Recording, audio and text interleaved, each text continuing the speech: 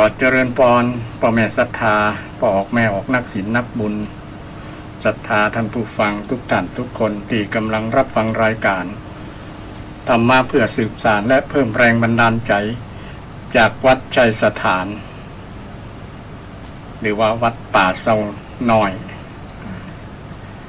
โดยคลื่น 104.5 เมกะเฮิรตซ์ออกทำการออกวัดที่วัดฝ่ายหินสถานีวิทยุวัดฝ่ายหินสถานี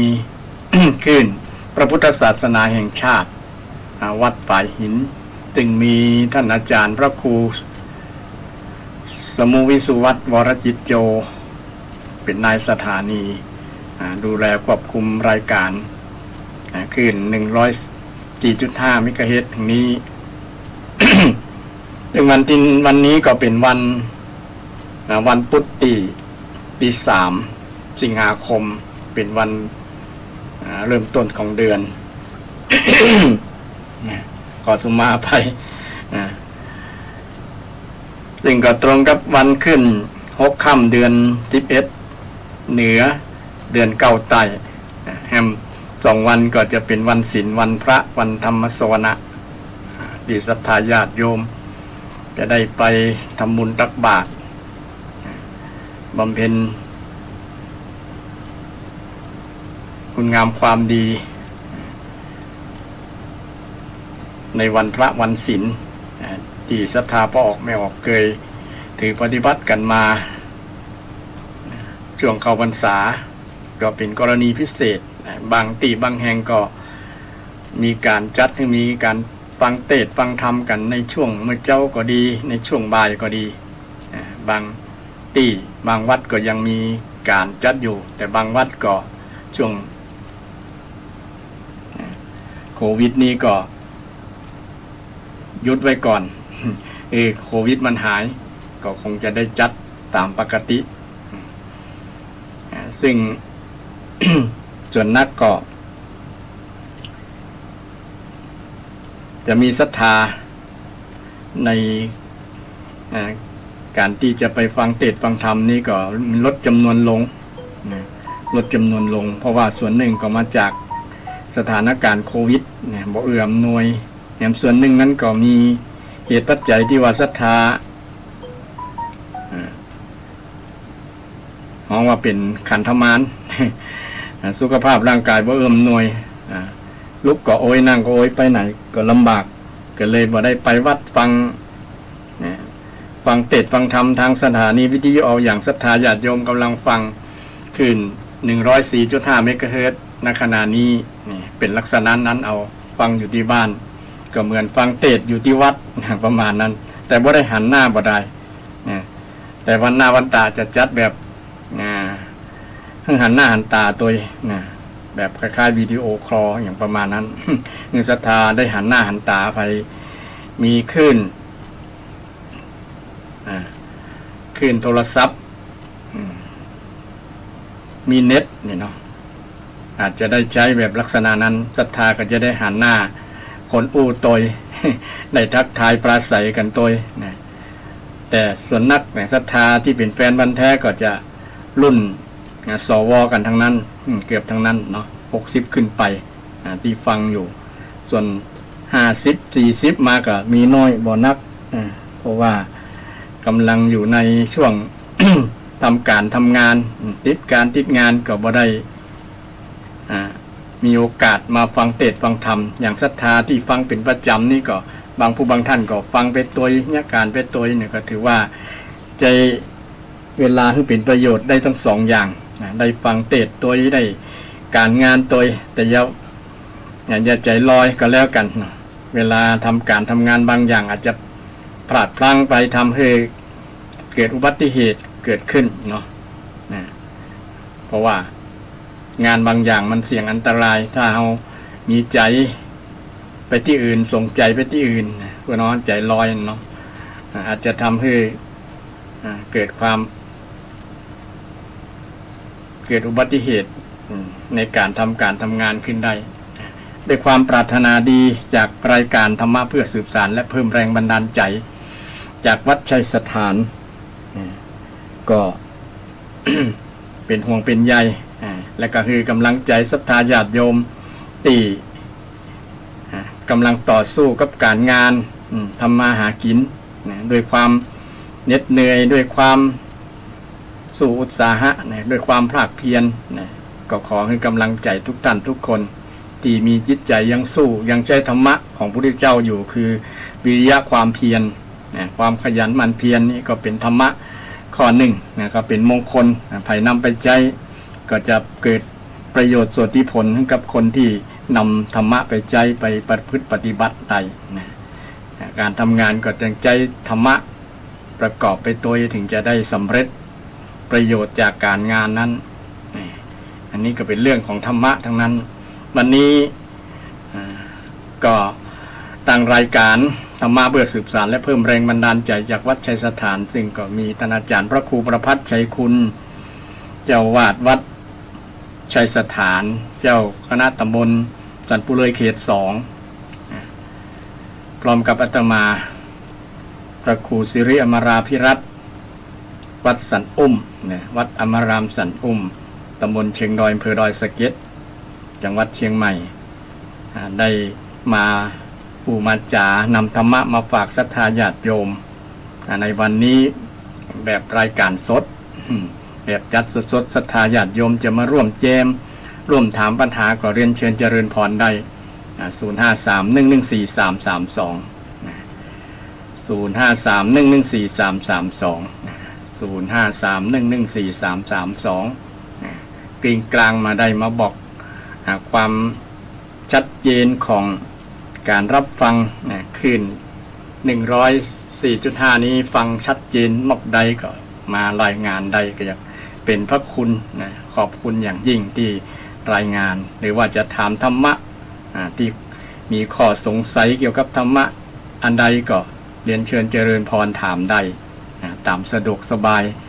ถามช่วงที่กำลังอธิบายอยู่ก็ได้ช่วงไป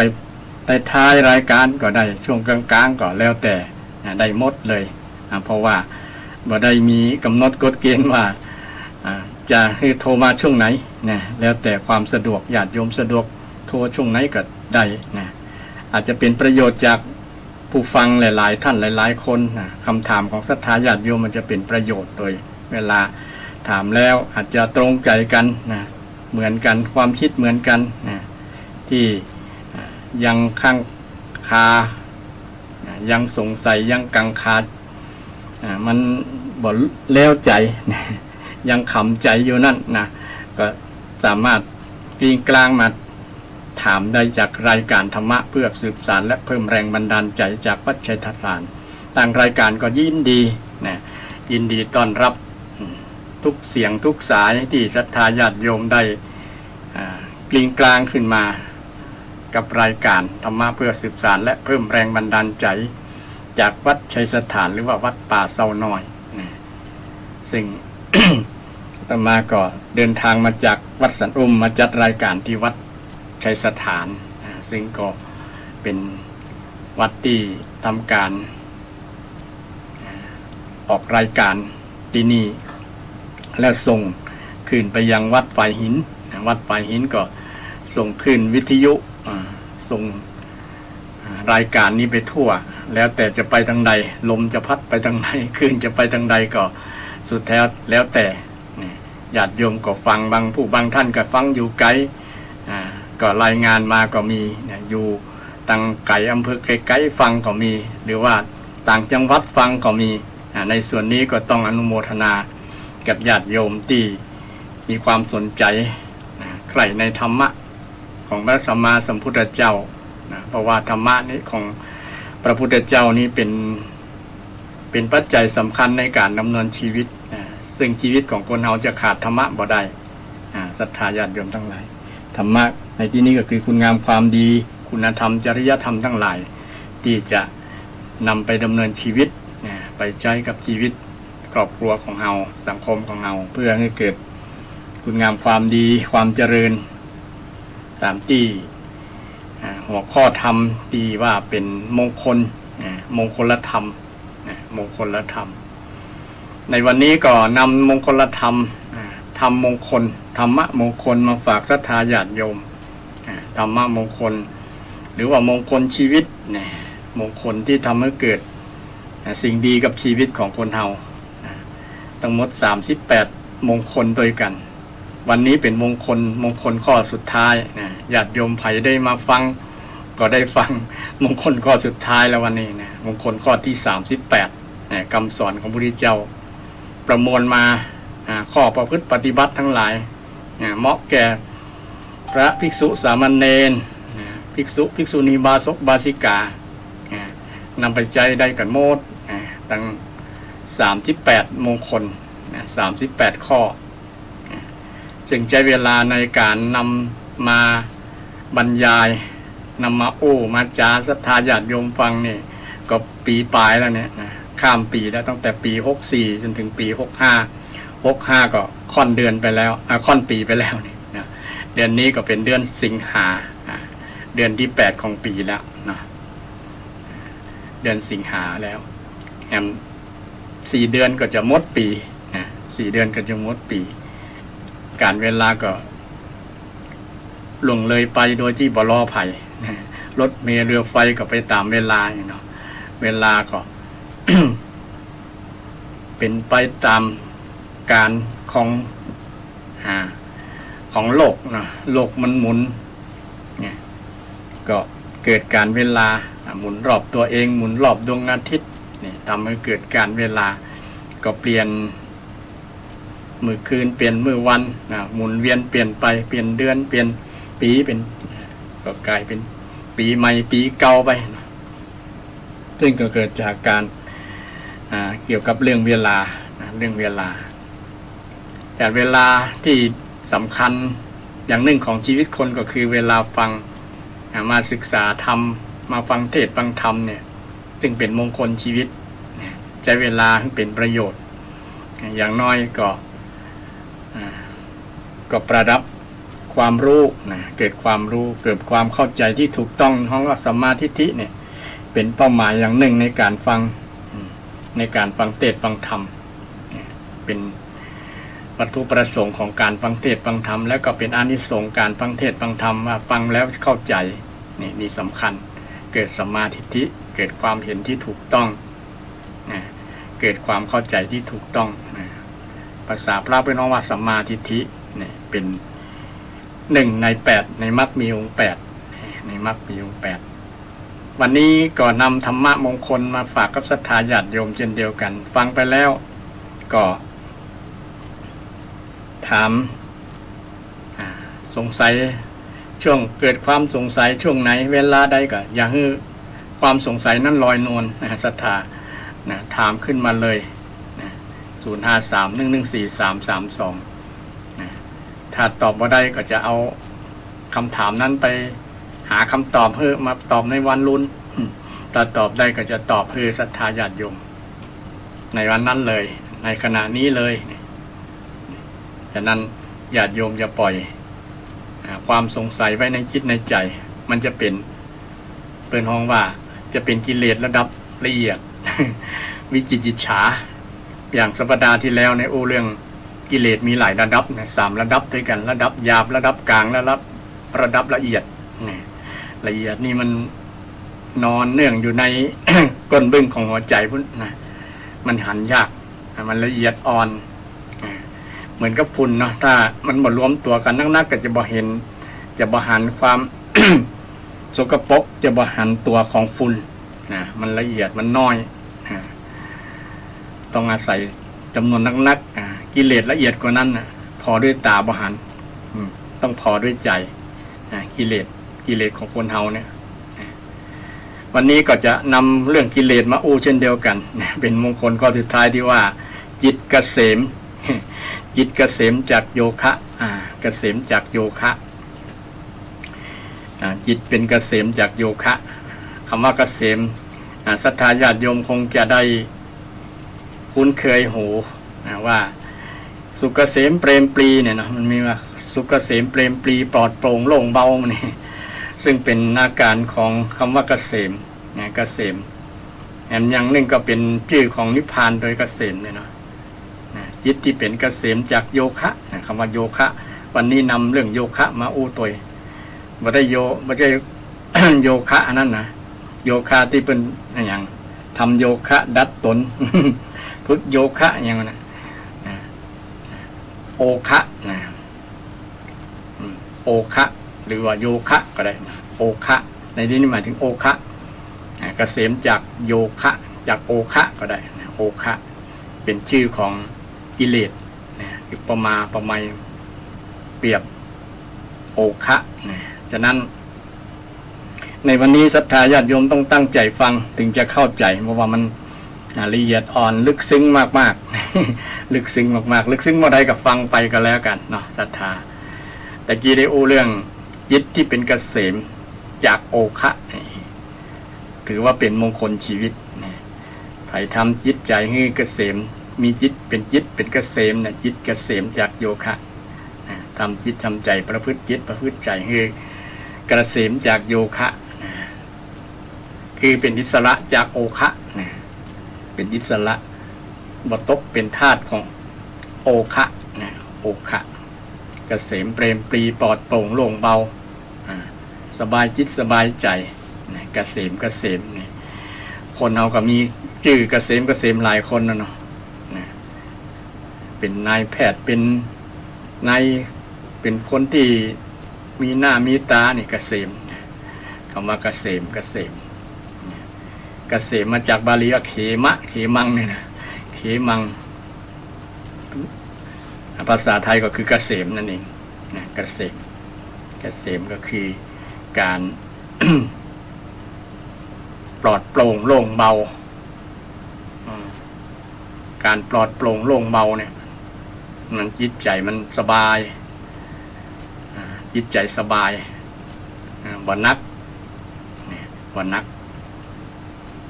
กด้วยที่ถูกกระแสแห่งกิเลสกระแสแห่งกิเลสภาษาบาลีเป็นคำว่าโอคะกระแสหรือห่วงหรือกระแสคำว่ากระแสหรือห่วงน้ำเนาะห่วงน้ำกระแสน้ำเนี่ยช่วงนี้ญาติโยมฝนตกนักๆนี่กระแสมันรุนแรงเนี่ยปัดบ้านเอาบ้านคนเป็นหลังๆได้หรือว่าพัดหินก้อนใหญ่ๆไปได้เนี่ยกระแสน้ำยังมีความมีพลานุภาพมีพลังสามารถทำลายล้างได้น่ากลัวเช่นเดียวกันนะโดยเฉพาะดินน้ำไฟลมเนี่ยมันเป็นธรรมชาติที่มีพลานุภาพนักพุทธเจ้าก็เลยอุปมาประไมยกิเลสคนก็เหมือนกันเหมือนกระแสน้ำเนี่ยเหมือนห้วงน้ำนี่มันพัดจิตพัดใจคนมาท่วมทับจิตใจคนได้นะอย่างพ่องที่ท่วมทับใจคนเนี่ยทำให้หมดยิดบอกปลอดโปร่งโล่งเบาบอดสบายนะมี4ข้อด้วยกันมี4อย่างกระแส4อย่างกระแสห่วงกระแสนี่มันมาทับยิดทับใจคนนะท่วมทับคนศรัทธาฟังไปตัวพิจารณาไปไว้ว่าเฮาถูกกระแสนี้มาทับถมทับจิตใจก่อน กระแสอันแรกคือว่าเป็นภาษาบาลีเป็นว่า กาโมคะกามะบวกกับโอคะนั่นนะโอคะแปลว่ากระแสหรือว่าห่วงน้ำนะห่วงแห่งหรือว่ากระแสที่มันพัดมาทับถมมาทำลายสิ่งที่ขวางหน้ามันนะ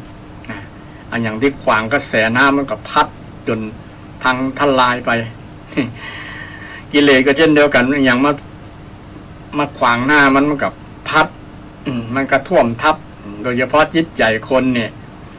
จะสู้กระแสกิเลสได้ก่อส่วนนักจะถูกกระแสกิเลสพัดท่วมทับจนจมไปกับกระแสน้ำห่วงน้ำที่พัดถมไปข้อแรกที่ว่ากาโมคะเนี่ยก็คือโอคะคือกามกามในที่นี้ไม่ใช่เฉพาะเกี่ยวกับเรื่องเพศอย่างเดียวหมายถึงกามคุณกามคุณกามทรัพย์ตัวนี้แปลว่าความใคร่ความอยากความยินดีความปรารถนาหมู่นี้เนี่ยมันเป็นอาการของกาม เป็นความหมายของคำว่ากามเนี่ยภัยทุกข์ความกำนัดความใคร่นี่มาท่วมทับจิตใจเนี่ยเมื่อนั้นนะจิตบ่เกษมแน่นอนจิตบ่ม่วนญาติโยมอยู่ที่ไหนก็บ่ม่วนมันท่วมทับจิตใจคนส่วนนักส่วนหลาย 99% นะ 99.9% มีแต่พระอรหันต์1.1% นะ 0.1% ที่บ่ถูกโอคะนี้ท่วมทับจิตใจเพื่อนอยู่เหนือโอคะ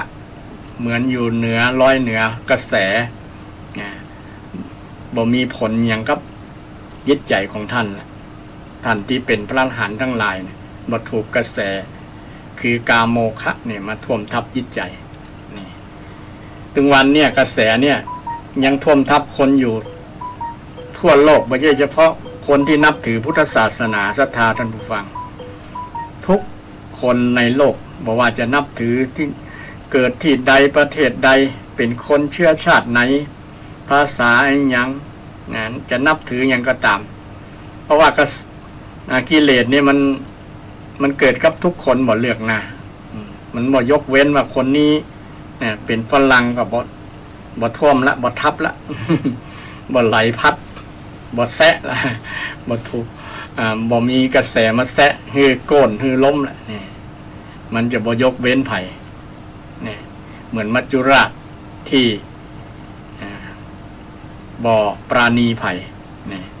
คือความยุติธรรมต่อทุกคนกิเลสก็เช่นเดียวกันมันบ่ปราณีไผ่มันพร้อมที่จะทับถมท่วมทับจิตใจของคนทุกคนที่อ่อนแอนะจิตใจที่อ่อนแอบ่มีคุณภาพบ่มีธรรมะในใจนี่นะบ่มีสติบ่มีสมาธิในจิตในใจนี่มันยิ่งท่วมทับได้ง่ายนะท่วมทับได้ง่ายเช่นคนที่มีกามโมคะอยู่ในจิตใจนี่คือมีความอยากความใคร่ความต้องการความปรารถนาเนี่ยความยินดีหมู่เนี่ยมันเป็นอาการของกามมันเป็นกิริยามันเป็นความหมายของกามมันยินดีอย่างอยากอย่างนะพอใจอย่างนะปรารถนาอย่างของคนเฮาทั่วโลกทุกคนทุกรูปทุกนามเนี่ยจะเหมือนกันหมดนะคือมีความใคร่มีความอยากในรูปในเสียงในกลิ่นนะในรสในสัมผัสและในอารมณ์ที่มากระทบโผฏฐัพพารมณ์รูปเสียงกลิ่นรสโผฏฐัพพะรู้ธรรมารมณ์ด้วยใจเนี่ยนะคือธรรมารมณ์คืออารมณ์นั่นนะอารมณ์ที่เกิดจากการสัมผัสจากการแล้วเกิดเวทนา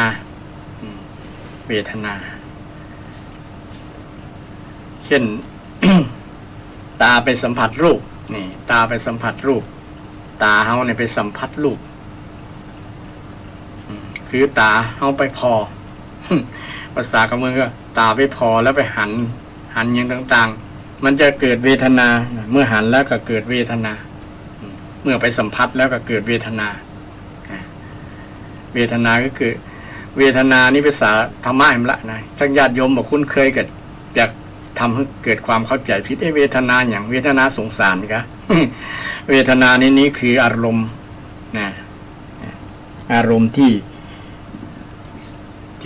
ได้เสวยมาคืออารมณ์สุขเวทนาเป็นอารมณ์ถ้าอารมณ์ทุกข์กับทุกขเวทนาบ่สุขบ่ทุกข์กับทุกขมะเวทนา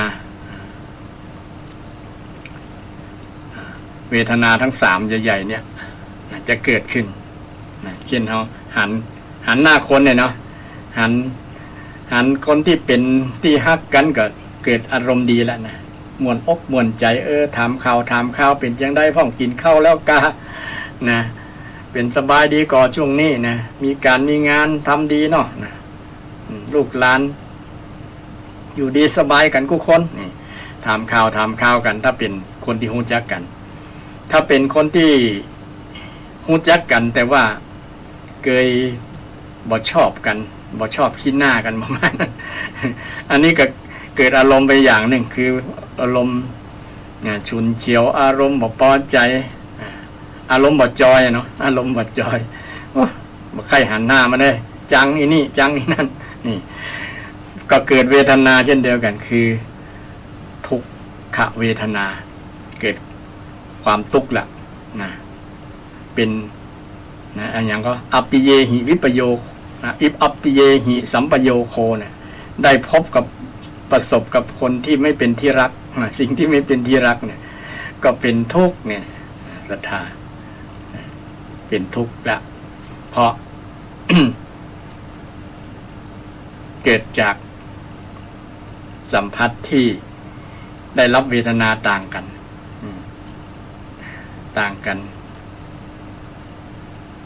ก็แล้วสุดแล้วแต่ที่จะเป็นเหตุเป็นปัจจัยให้เกิดเวทนาเหล่านั้นก็อยู่ที่ตัวบุคคลนั้นเมื่อรูปไปกระทบเมื่อตาไปกระทบรูปรูปกระทบตากระทบรูปเนี่ยไปสัมผัสนั่นแหละเนาะไปสัมผัสตาไปสัมผัสตาเนี่ยหันไปสัมผัสกับรูปสัมผัสกับคนสัมผัสกับสิ่งของกับของที่ฮักเช่นบ้านรถยนต์ที่อยู่ที่อาศัยของใจของซอยต่างๆนะหันแล้วก็มันก็มีเวทนาเกิดขึ้นเกิดขึ้นมันก็เป็นสิ่งหนึ่งที่เมื่อเกิดเวทนาแล้วก็เกิดความอยากวันนะเกิดตัณหา เกิดตัณหาภาษาภาคของตัณหาเกิดความอยากทหารเกิดทหารสิ่งที่ดีๆก็อยากจะได้มาเป็นเจ้าของเช่นเห็นคนรูปรอก็อยากได้มาเป็นแฟนอยากได้มาเป็นคู่ครองสาวๆสวยๆก็อยากได้มาเป็นภรรยาเป็นเมียเป็นคู่ครองอย่างประมาณนั้นเสื้อสวยๆก็อยากจะได้มาใส่นี่อันนี้เกิดความอยากละเกิดความอยากได้เป็นเจ้าของเมื่อได้มาใส่แล้วก็ติดใจในสิ่งที่ตัวเก่าได้มาติดใจเหล่านี้เป็นห้องว่าเป็นอุปทานภาษาพระอุปทานเกิดอุปทานเกิดความติดในรูปในเสียงเช่นฟังเสียงเพลงเนาะหูมันไปกระทบเสียงถ้าเสียงที่ตัวเก่าชอบเกิดสุขเวทนาตัวเก่าชอบตัวเฮาเนี่ยชอบมันก็เป็นผลบวกเนาะเป็นผลบวกมันบอกแต่ผลในผลบวกนั้นกับสร้างเกิดความยึดติดยึดติดโดยบ่ฮู้ตัว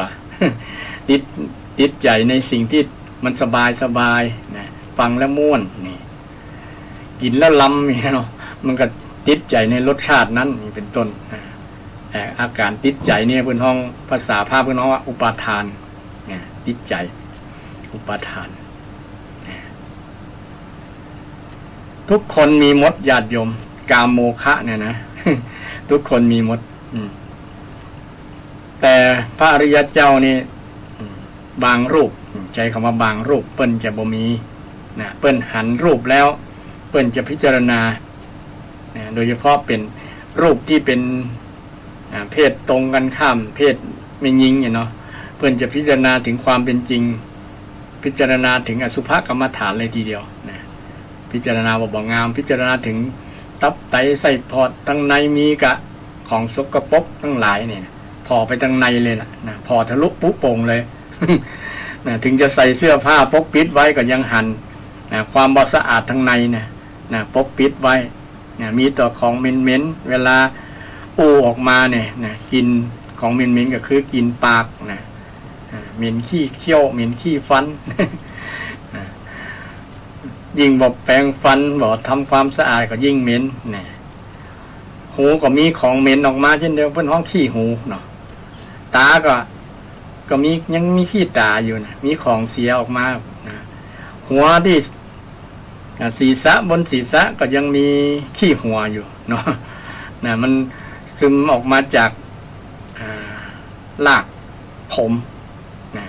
ออกมาจากเส้นขนเส้นผมเนี่ยนะตามเหงื่อตามมูเนี่ยนะมันกับเหม็นนะสะสมไว้มันเป็นขี้ใครเป็นของเหม็นทั้งนั้นน่ะนะบ่ใช่ของหอมเลย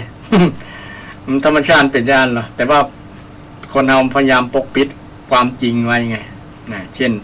ผมที่เคยดำๆหั่นผมงอกก็เอาน้ำยาย้อมผมมาย้อมไว้นะหนังย่นเหี่ยวนะตีนกาก็พยายามไปดึงจะฉีดโอท็อปไว้เนี่ย นะจริงๆมันธรรมชาติมันเป็นเสื่อมลงนะแต่ห้ามบ่หันมาได้อันนี้เรื่องพาริยบุคคลเปิ้นบ่มีจิตใจที่ถูกกามอารมณ์มาท่วมทับจิตใจท่านถ้ารูปใดมาถูกกามอารมณ์มาท่วมทับนั้นอยู่บ่ได้แน่นอนนะจะลักไปซึกปกเนาะภาษาของซึกปกไปมีไปเสพสังวาส ไปเสพเมียถุนไปมีเมียเนาะไปมีเมียนี่ก็เขาจะหันข่าวเนี่ยตีตุเจ้าเพิ่นถูกกามโมฆะท่วมทับจิตใจเนี่ยท่วมทับจิตใจแล้วมันไประบายมันบ่มีที่ระบายเนี่ยที่ระบายของพระริยเจ้าเนี่ยก็คือผอคือหันทางในว่ามันเป็นของงามแท้ก็นะถ้างามแท้ครับเนี่ยจะค่อยว่ากันที่นี่มันบ่งามแท้มันเป็นลักษณะนั้นตถา ท่านผู้ฟังนะทางในมีกับของบ่สะอาดปฏิกูลทั้งนั้นนะสัตว์กี่ตัวบ่ฮู้อยู่ในร่างกายของเรานะมันอยู่ในใส่น้อยใส่ใหญ่กระเพาะอาหารเนาะกินลงไปบ่นะวัน2วันมันก็ทำการย่อยมันก็มีกลิ่นมีอย่างออกมาเวลาเผยลมกันอย่างกันหมดเนี่ย จะเป็นที่จะรังเกียจกันมันก็ศรัทธานะรังเกียจกันแม้แต่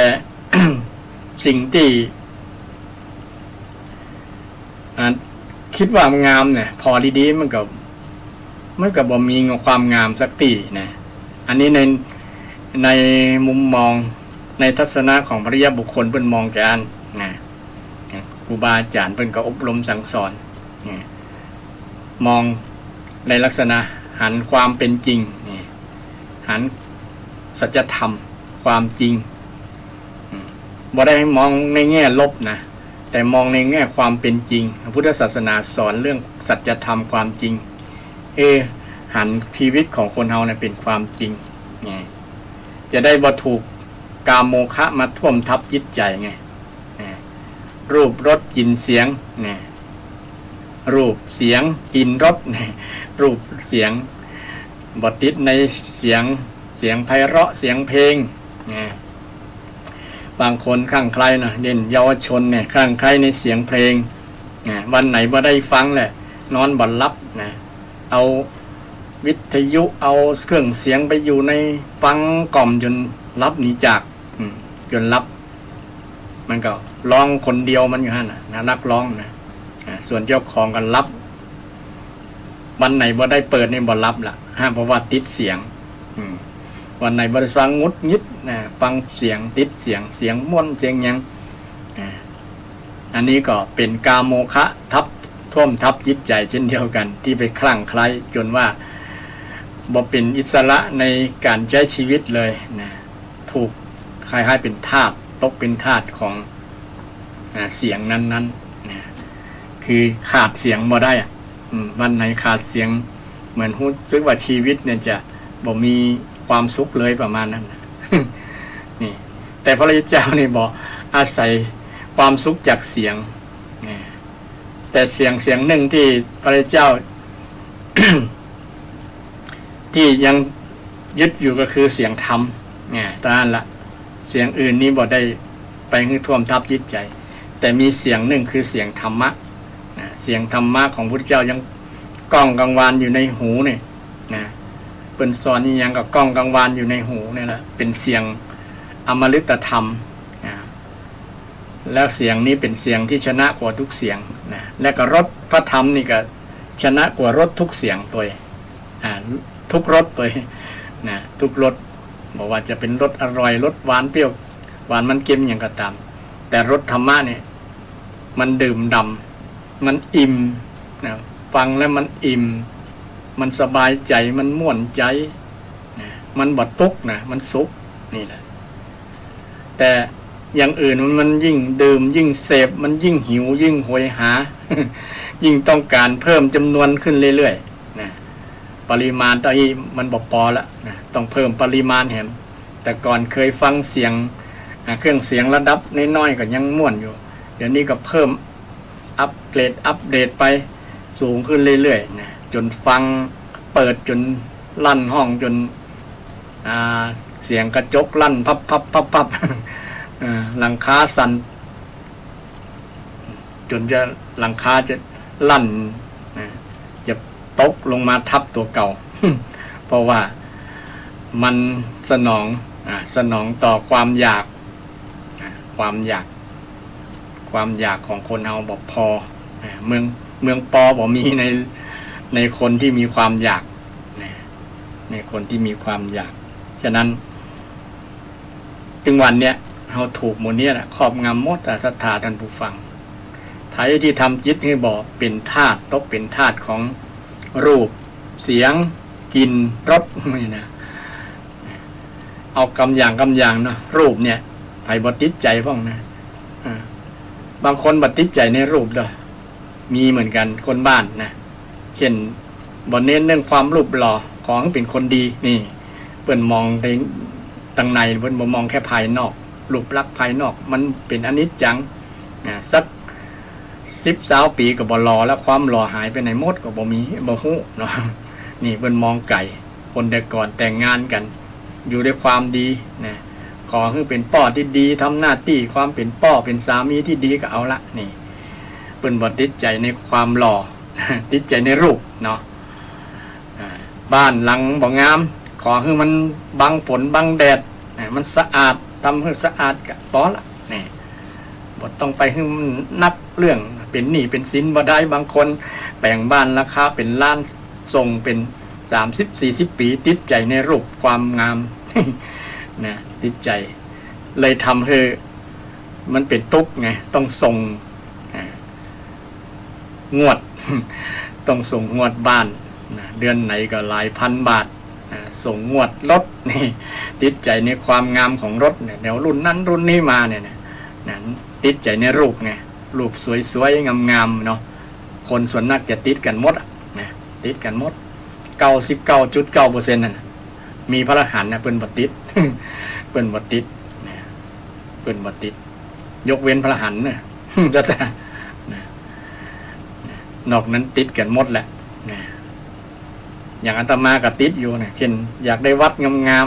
ๆ แปลงวิหารงามๆแปลงโบสถ์งามๆนี่ก็ติดใจในรูปเหมือนกันติดในรูปเหมือนกันติดในอยากหันวัดสะอาดงามๆนี่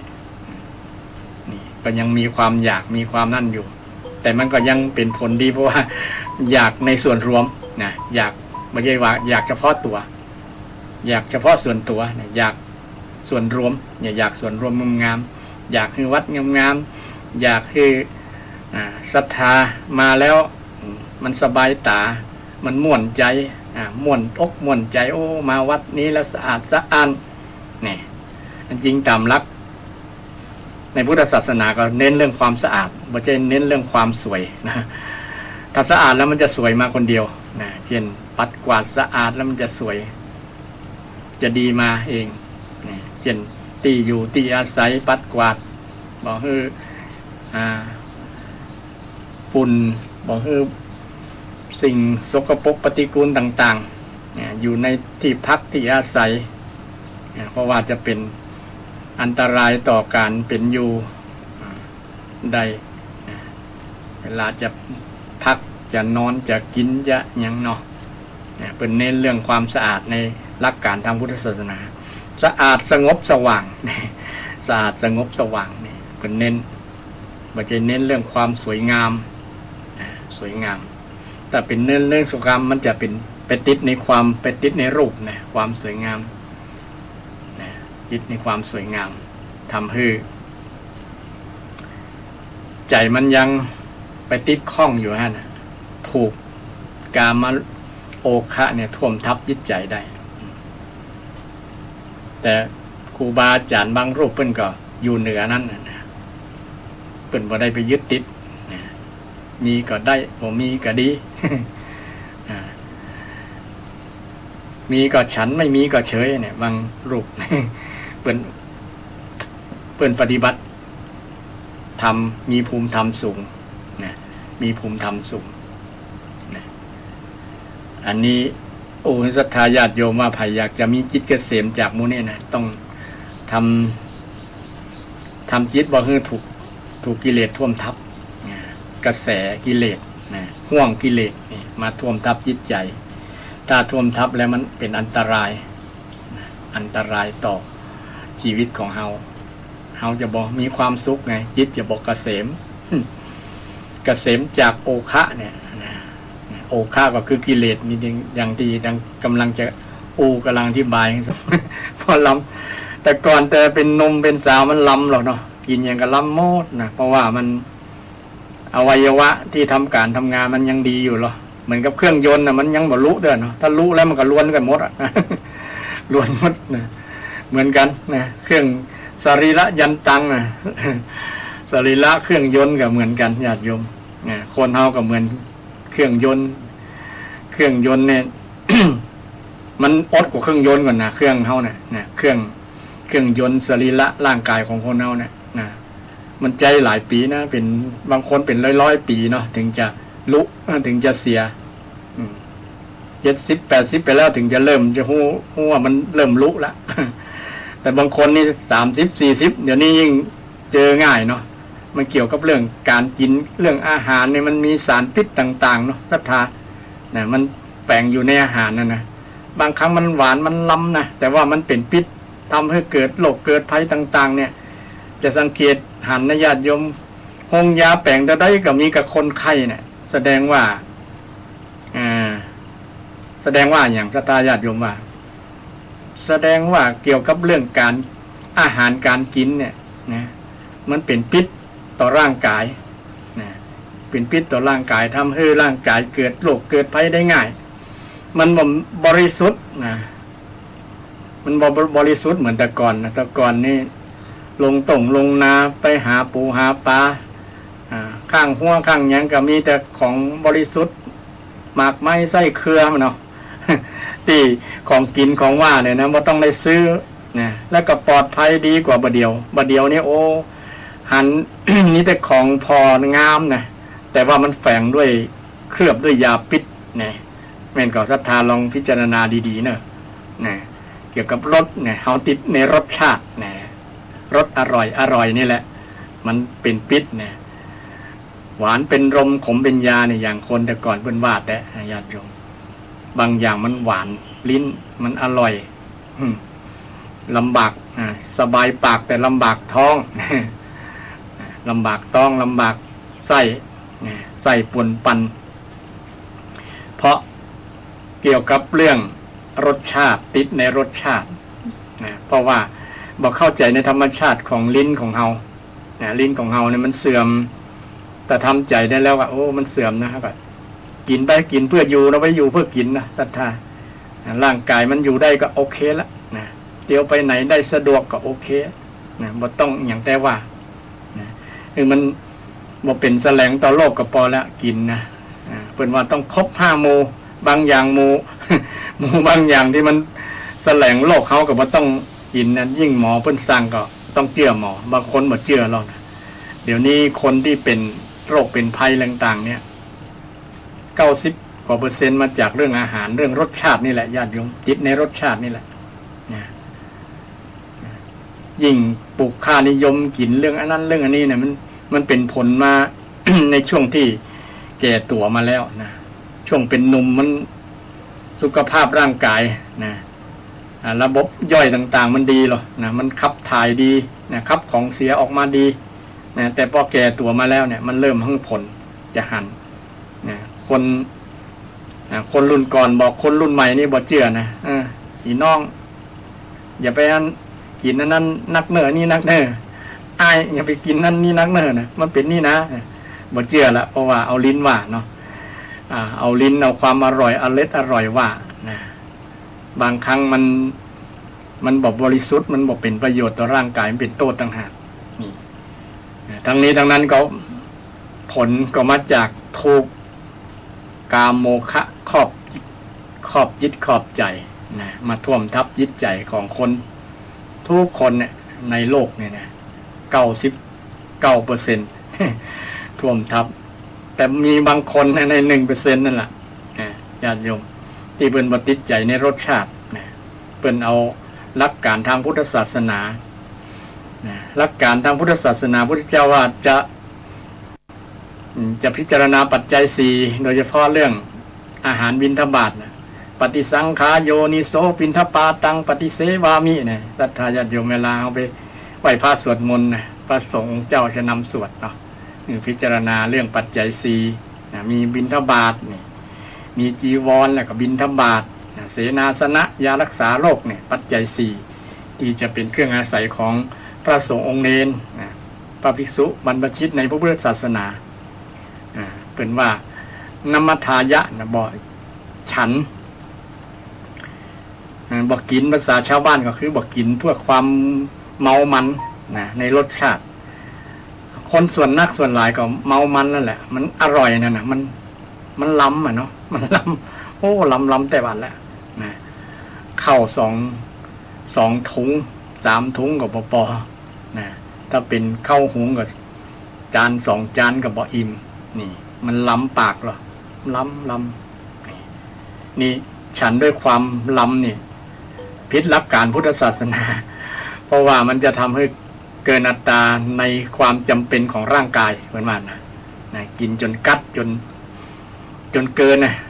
กินลิมิตเกินอัตรานาวิภูสนายะมูเนี่ยนะบอกประดับประดาบอกเพลิดเพลินมันธนายะมูเนี่ยนะกินเพื่อประดับเพื่ออวดกันเนี่ยก็มีเราบางคนกินอวดกันเขาได้กินในร้านอาหารแปลงๆจริงๆอาหารก็คุณค่าเหมือนเก่าเหมือนอย่างที่บ้านนั่นแหละแต่ว่าไปร้านมันเพิ่ม เพิ่มค่าใช้จ่ายเพิ่มมาคุณค่าของด้านอาหารโภชนาการเท่าเดียวกันแต่ไปเสี่ยงตังค์มากกว่าบอกว่าจะเป็นความฉลาดหรือว่าเป็นความฉลาดน้อย ความฉลาดน้อยบางคนไปเปลี่ยนบรรยากาศเพราะไปกินกลางที่ร้านอาหารใหญ่ๆพวกน่ะจริงอาหารอย่างเดียวกันนั่นแหละเห็นต้มปลากับต้มปลาอย่างเดียวกันนี่แต่ต้มปลาอยู่บ้านมันเหมือนอยู่ฟุ้นเขาเข้าใจกันอยู่บ้านมันล้ำนี่ติดใจในความล้ำเนี่ยในความเมามันไม่กินเพื่อประดับไม่กินเพื่ออวดกันบอกกินเพื่อแต่ยังกินไปเพื่อยังอัตภาพให้เป็นไปกินเพื่ออยู่นั่นแหละภาษาบ้านเขาเนาะกินเพื่อให้อยู่ได้บอกกินเพื่อมุ่งตายบอกให้ตาย กินเพื่อสุขภาพมันอยู่ได้เนาะนี่หลักการพุทธศาสนาและกินเพื่อบำบัดทุกขเวทนาบำบัดเวทนาเก่าบอกคือเวทนาใหม่มันเกิดบำบัดทุกขเวทนาบางครั้งมันหิวแล้วเนาะความหิวเป็นโรคอย่างยิ่งก็เลยจำเป็นต้องกินถ้ามาศึกษาทางพุทธศาสนาสักหน่อยก็ได้ประยุกต์เอาสัก 10% กันยังดีศรัทธาพิจารณาก่อนกินเนี่ยเพื่อนึงพิจารณาเรื่องนี้แหละเอามีรับอยู่ก่อนการพิจารณาอาหารพิจารณาจริงๆเห็นคนปฏิบัติธรรมนะเพื่อนพิจารณานะก็ดีอันอย่างก็เนาะย่างเนาะเคี้ยวเนาะยื่นมือเนาะงอมือจับกำเนาะกำยกเนาะเอาใส่ปากเนาะเนี่ยมันก็เป็นการเจริญสติ พอจะเคี้ยวเนี่ยอันอย่างอยู่ในปากเนี่ยมีกลาง จัดใหญ่ถ้าบ่พิจารณาจะลืนก้างไปเนี่ยอันตรายเป็นอันตรายต่อลำไส้นะไปปักไส้ปักพุง ทำให้เกิดแผลกระเพาะอาหารได้ต้องไปโรงยาเสียสตังค์เนี่ยถ้าบ่พิจารณาทั้งนี้ทั้งนั้นก็เพราะความอยากความล้ำติดในความล้ำในรสชาติของรสชาติอาหารอร่อยทุกคนมีหมดแหละแต่ว่าเราต้องพิจารณาพ่องเนาะว่ามันจะเป็นโทษแสลงต่อโรคก็ถึงวันนี้ก็อาตมาก็พิจารณาตามหลักของพุทธเจ้าเนี่ยนะเพราะว่าอาตมาก็เป็นน้ำตาลสูงต้อง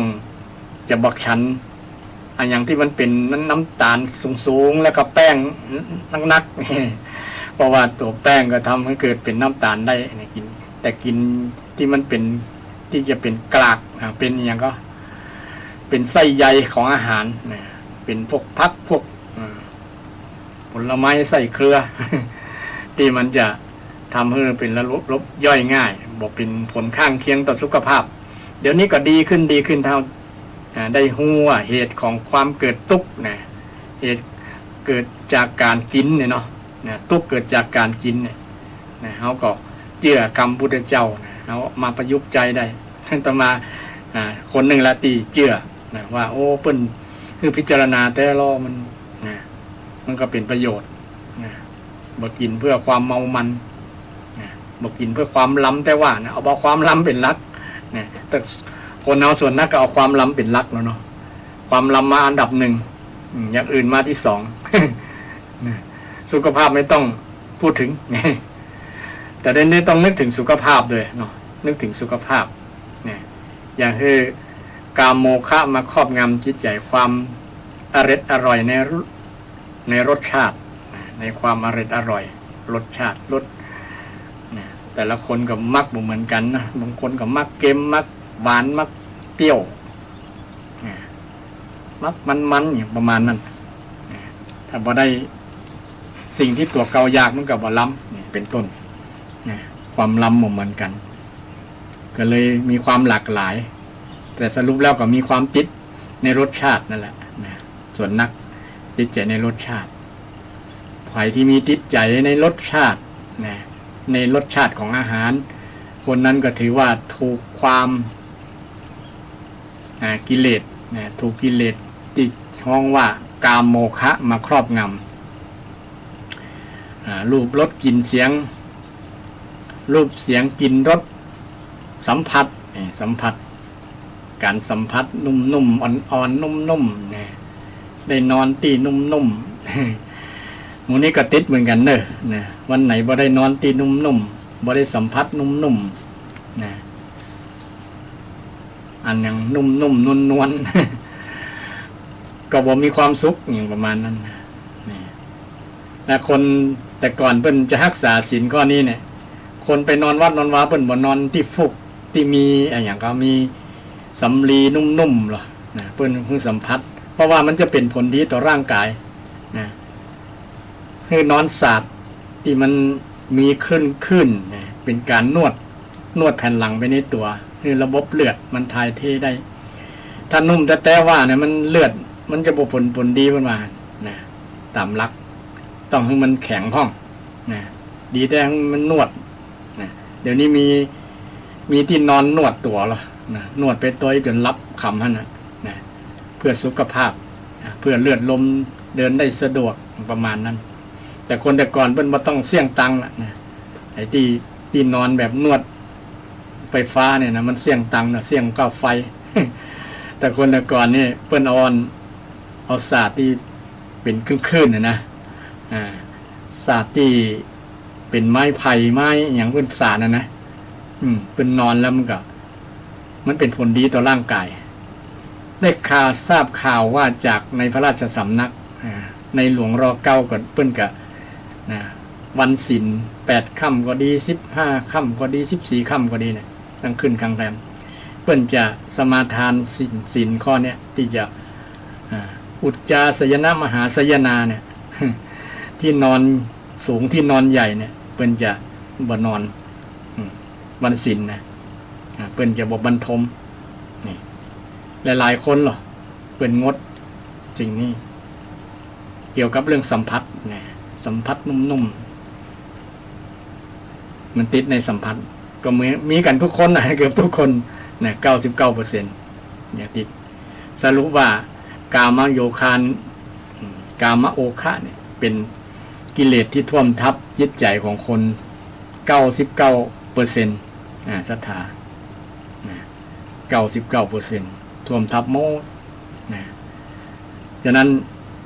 จิตใจเขาจะเกษมจากมูนี้ได้ก่อนนะเพราะว่าเขายังไปติดอยู่นะในรูปเสียงกลิ่นรสโผฏฐัพพะธรรมารมณ์อารมณ์ที่บ่เปิงอกเปิงใจบางเทื่อกับบางอารมณ์บ่จ้อยมันก็มากระทบกระแสนั้นก็มากระทบจิตใจเขาเรื่อยๆเนาะ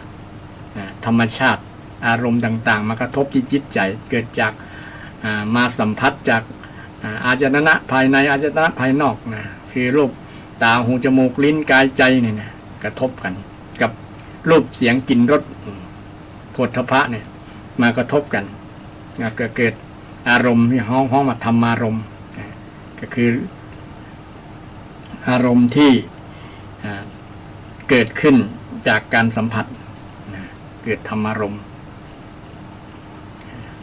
ฉะนั้นทุกคนที่อยู่ในโลกใบนี้นะ มีอาการเหมือนกันหมดนะทุกคนติดในนี้นะติดในกามคุณห้า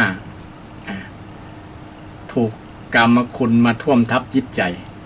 นะภายปนได้คนนั้นชื่อว่าเป็นอริยะเป็นผู้ประเสริฐเป็นพระอริยบุคคลนะมีพระอรหันต์เป็นต้นเริ่มแต่อนาคามีไปเนาะอนาคามีเพิ่นกับบติดในหมู่นี้ในรูปรสกลิ่นเสียงแต่ก็ยังมีพระสกทาคามีนะเพิ่นยังมีฌานมันก็ยังมีอยู่ระว่ารูปฌานอรูปฌานพวกนี้นะเพ่งในสิ่งที่เป็นรูปบ่เป็นรูปพวกนี้นะเพ่งนี่หมู่นี้ก็ถือว่าเป็นกิเลสระดับ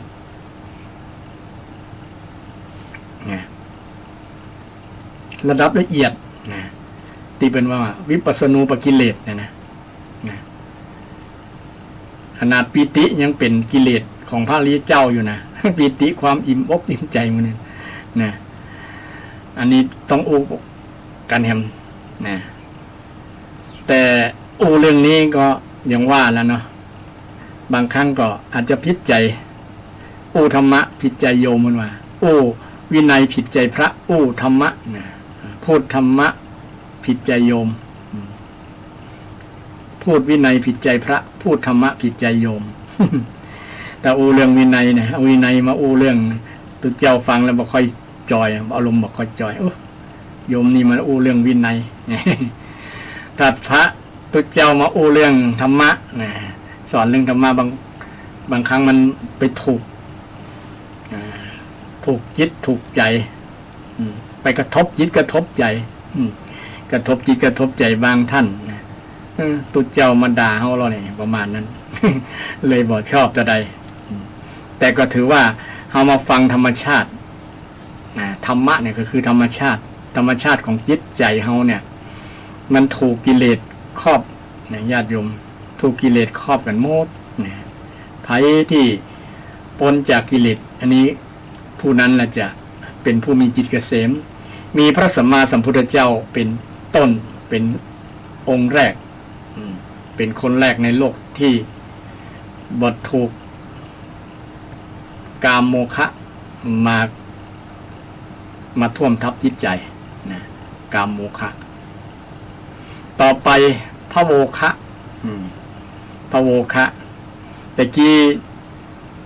เกี่ยวกับเรื่องกิเลสที่มันหันเป็นรูปมาทำหลายๆอย่างเนาะแล้วก็เฮาสัมผัสกันกับตัวเฮาได้เฮาอยู่ใกล้มันตลอดตั้งแต่ตื่นนอนมาจนถึงรับนะก็อยู่ใกล้ชิดมันตลอดนี่เกี่ยวกับเรื่องกามโมคะไอ้พระโวคะนี่ก็เช่นเดียวกันแต่ว่ามันอาจจะมีบางคนมันบอกมีทุกคนพระโวคะเนี่ยพระโวคะนี่ก็คือ ภาวะหรือว่าภพเนี่ยแปลว่าที่หรือว่าตำแหน่งนี่แต่ภาษาชาวบ้านก็คือเกี่ยวกับยศสรรเสริญตำแหน่งอันอย่างที่มันทำให้เกิดเกียรติยศชื่อเสียงต่างๆเนี่ยเนาะโดยเฉพาะตำแหน่งตำแหน่งยศตำแหน่งมันเนี่ยมันเป็นทำเป็นเครื่องยั่วยวนกิเลสยั่วยวนให้คนอยากได้อยากมีอยากเป็นนะไงอยากมีอยากเป็นอยากมีอยากเป็นในช่วงเดือน2 เดือนที่ผ่านมามีการเลือกตั้งผู้ว่านะก็มีคนอยากเป็นผู้ว่าเนี่ยหลายคนอยู่ไปสมัครหรือว่าใกล้ๆบ้านเฮานี่ก็มีหลายเนาะเลือกตั้งแม้แต่พ่อหลวงก็ยังอยากเป็นนะบางคนอยากเป็นโดยเฉพาะเรื่อง แค่เงินเดือนของพ่อหลวงนี่ตามความเป็นจริงเนี่ยมันก็พอค่าภาษีสังคมละ 8,000 บาทนะแต่ว่าเป็นคนของสังคมนะเป็นคนที่น่าสงสารทีเดียวนะพ่อหลวงหรือว่าผู้ใหญ่บ้านนะรัฐาเงินเดือนบอกคุ้มค่าภาษีสังคมภาษีสังคมคือซองข่าวเนาะเดี๋ยวงานขึ้นบ้านใหม่งานแต่งงานงานบวชงานอย่างสปะงานขาวดำนะพ่อหลวงไปสัก20 บาทเขาก็จะว่าแหละว่าพ่อหลวงยัง20 บาทเนี่ยมันต้อง100 บาทหรือว่า500ขึ้นบุญเนาะระดับผู้นำบ้านมันก็เลยเป็นค่านิยมนะเมื่อเป็นเช่นนี้แล้วก็พ่อหลวงเลยกับบริหารเงินเดือนบอกคุ้มค่าเงินเดือนบอกกุ้มเนาะเงินเดือนบอกกุ้มบอกพอใจนะ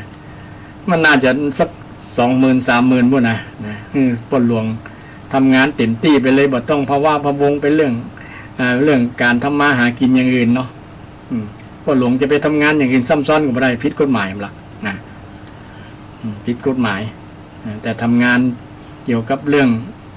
อาชีพกสิกรรมก็อย่างการเหมือนกันหมดได้นะถ้าเป็นนักราชการแล้วเลยนะถือว่านั้น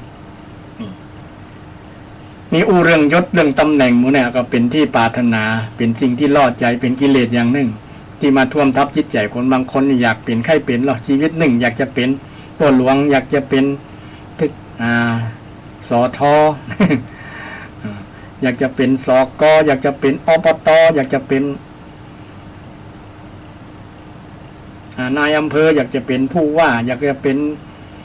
นายพลนายพันอยากจะเป็นตำรวจอยากจะเป็นทหารอยากจะมียศอยากจะมีตำแหน่งต่างๆเนี่ยมันเป็นความอยากของมนุษย์ชนคนทั่วโลกไม่ใช่เฉพาะประเทศใดประเทศหนึ่งที่ใดที่หนึ่งมันเป็นย่านนะมันมีเหมือนกันหมดเลยอยากจะเป็นใหญ่เนาะอยากจะเป็นผู้นำพวกเนี่ยนะอยากจะเป็นผู้มีหน้ามีตาอยากเป็นผู้มีเกียรติอย่างประมาณเราเนี่ยมันเป็นภาวะ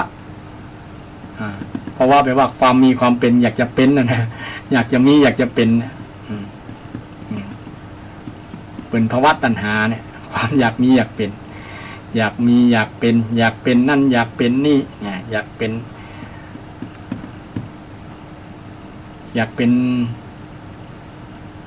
แม้แต่ ในทางพระสงฆ์ก็ยังมีในสมัยพุทธกาลอยากเป็นผู้นำอยากเป็นศาสดาพระเทวทัตเนี่ยศรัทธาเนี่ยมีกิเลสนักอยากใครจะปกครองพระสงฆ์หันพระพุทธเจ้าทรงอายุไขนักแล้วก็ไปทูลถามไปขอนะไปขอนะพระองค์แก่แล้วก็อยู่บ่ได้เถอะนะขอต่อไปนี้กับผมเนี่ยอยากจะปกครองดูแลพระสงฆ์เองพระองค์ก็บอกอนุญาต เพราะว่าฮู้ดีว่าอันนี้เป็นกิเลสของเทวทัตนะเทวทัตแสดงถึงความอยาก อยากเป็นมันเป็นกิเลสบ่ใช่พระอริยะภริยะนี่เพิ่นบ่อยากเป็นนะบ่อยากเป็นแต่เพิ่นจะอยากออกอย่างเดียวออกจากกิเลส นะอยากออกกิเลสนะเนกขมะไปว่าออกเนี่ยสตาออกจากเรือนเนกขมะมาออกจากเรือนคือจะเป็นผู้บ่มีเรือนแล้วนะออกจากเรือนลาญาติลาพี่ลาน้องลาพ่อลาแม่ลาลูกลาเมียแล้ว นะออกจากเรือนออกจากเรือน พระก็มีอุดมคติเป็นผู้ไม่มีเรือนออกจากเรือนแล้วเป็นผู้ไม่มีสมบัติอะไรแล้วประมาณนั้นนี่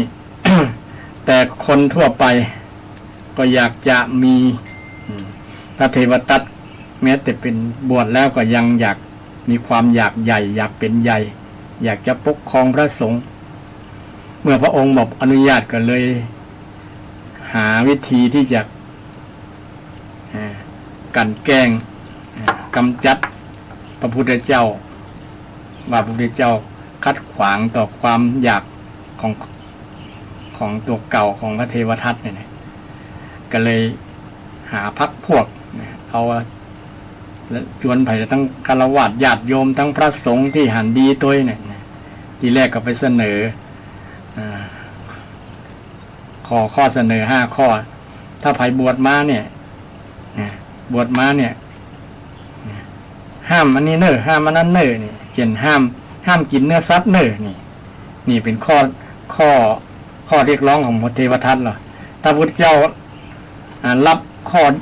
ยื่นเสนอของเทวทัตนี่ตุเจ้านี่ฉันเนื้อบ่ได้ละศรัทธานะผิดแหละแต่นี่พุทธเจ้าว่าบ่ได้รับข้อนี้แต่พระองค์ก็บ่ได้ปฏิเสธที่ว่าจะบ่คือตุเจ้าไผปรารถนาที่จะถือธุดงค์คล้ายองค์คุณพิเศษเนี่ยก็ย่อมได้เช่นอธิษฐานจิตว่าจะบ่ฉันเลยเนื้อฉันแต่พักอย่างเดียวพักพืชอย่างเดียวก็ได้อยู่คล้ายๆเป็นวัดพิเศษอย่างหนึ่งวัดพิเศษเป็นน้องว่าธุดงค์เขาวัดเช่นฉันก็บิณฑบาตในวัดฉันก็รับแต่อาหารในบาตรอย่างเดียวบ่รับนิกิจนิมนต์ทั้งนอกเนี่ยเป็นต้นเนาะถ้าพระพุทธเจ้ารับคำของพระเทวทัตนี่ ตุเจ้านี่รับรองแย่กว่านี้เลยญาติโยมนะจะไปกิจนิมนต์ญาติโยมไปนิมนต์พระไปในบ้านมาได้ละนะไปรับฉันในบ้านมาได้ละ นะจะรับเอกลาภมาได้ละก็จะพิษบัญญัติตีพระเทวทัตเสนอแต่ก็เป็นข้อดีสำหรับคนที่ปฏิบัติได้พุทธเจ้าก็ไม่ได้ปฏิเสธโดยสิ้นเชิงนะก็บอกว่าตุเจ้าตนใดที่ปฏิบัติได้ก็โอเคแล้วทำแต่ว่าตนใดปฏิบัติมาได้เพิ่นก็มีข้อปฏิบัติคือตุเจ้าที่ปฏิบัติมาได้อยู่เช่นเรื่องการฉันเนื้อเนี่ยการฉันเนื้อนี่มีเงื่อนไขอยู่ว่าบ่ได้ไปหันเองเต้นหันเปิ้นฆ่าขำมือเนาะหันเปิ้นบอกว่าหรือไว้บอกด้วยตัวเก่าว่าวันผูกแปลงลาบไปข้างกำเนิดเนี่ยมันเป็นความผิดของตุเจ้านะถ้าไปละบอกลักษณะนี้แต่ถ้าศรัทธานำมาเองนี่ก็บ่ผิดอย่างเพราะว่าบ่ได้ไปบอกแล้วก็บ่ได้ไปหันฉันได้บ่มีความผิดนี่ฉันเนื้อแต่เนื้อที่ห้ามก็มีหลายๆอย่างอยู่เช่นเนื้อมนุษย์เนื้อจ้างเนื้อม้าเนื้อวัวควายเนื้ออย่างไม่ใช่เนื้อวัวควายเนื้อเสือเสือโคร่งเสือเหลืองเสือดาวเนื้อหมีเนื้องูเนี่ยเป็นเนื้อตีห้ามในหลักวินัยห้ามกินเช่นเนื้อมนุษย์ในอันดับแรกเลยเนื้อมนุษย์ถ้าคนกินกันนะก็ถือว่ามิขสัญญีเห็นกันเป็นเนื้อเป็นของกินไม่เรียกอันตรายนะก็มีบางเผ่าแล้วกินเนื้อมนุษย์ก็มีนะกินเนื้อมนุษย์กันฉะนั้นไผ่ที่คนละเผ่าคนละอย่างเนี่ยอันตรายเข้าไปในเผ่านั้น จะถูกยับกินเนื้อคนแต่ในหลักพุทธศาสนาพระองค์ก็มีเหตุมีผลมีเหตุมีผลบ่ยอมจำนนต่อความคิดของเทวทัตที่ได้เสนอเพราะเทวทัตอยากเป็นใหญ่มีภวะตัณหาหรือว่าภวะโมฆะเนี่ยนะพระโวคะเนี่ยนะพระโวคะมี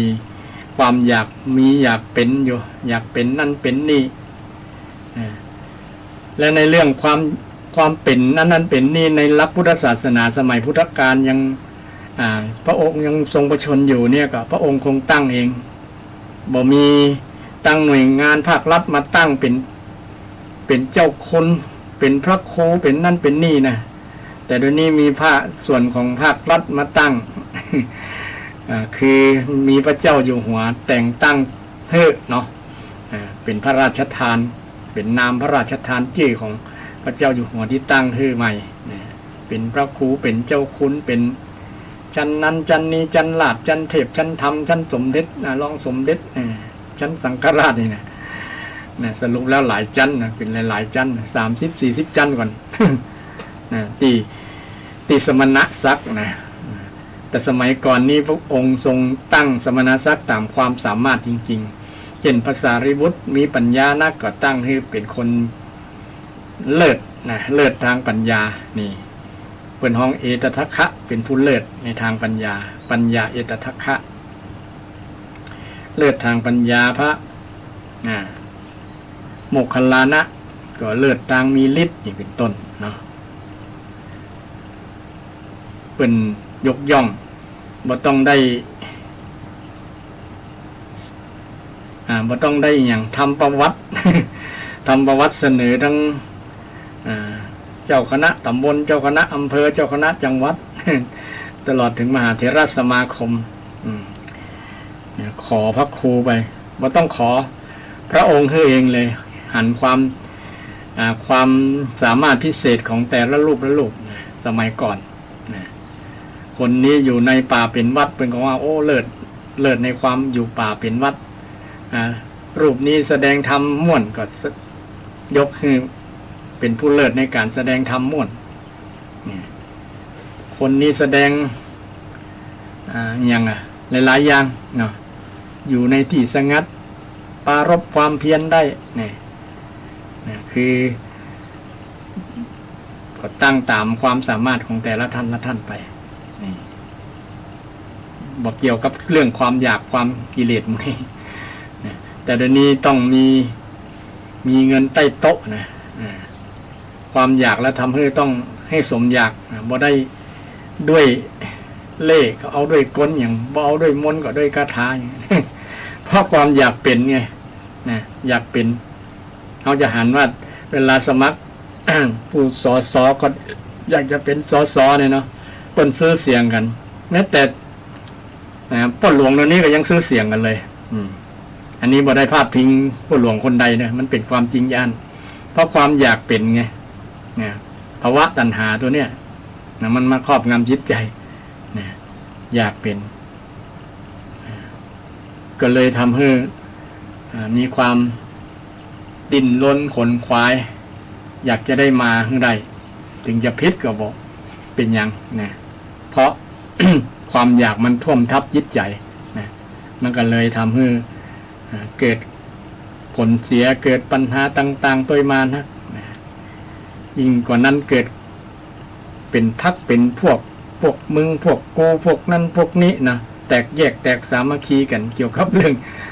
ความอยากเป็นนี่แหละนะอยากเป็นสสก็ต้องมักง้อยกมือไหว้แม้กระทั่งต้นกล้วย สุนัขในบ้านก็ยังไหว้เลยเวลามาขอคะแนนขอเสียงนี่บางเตื้อใครมีตังนักมีกระสุนนักก็ซื้อเสียงนักแต่บางคนเดี๋ยวนี้เปิ้นฉลาดเนี่ยไผมาให้เงินก็เอาอยู่เนี่ยศรัทธาญาติโยมก็ฉลาด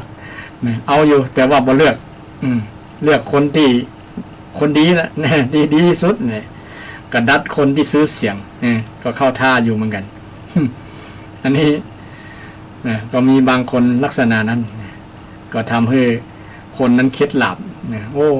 เปิ้นบ่เลือกเขาแต่รอเนี่ยก็ได้หูตัวเนาะ หูตัว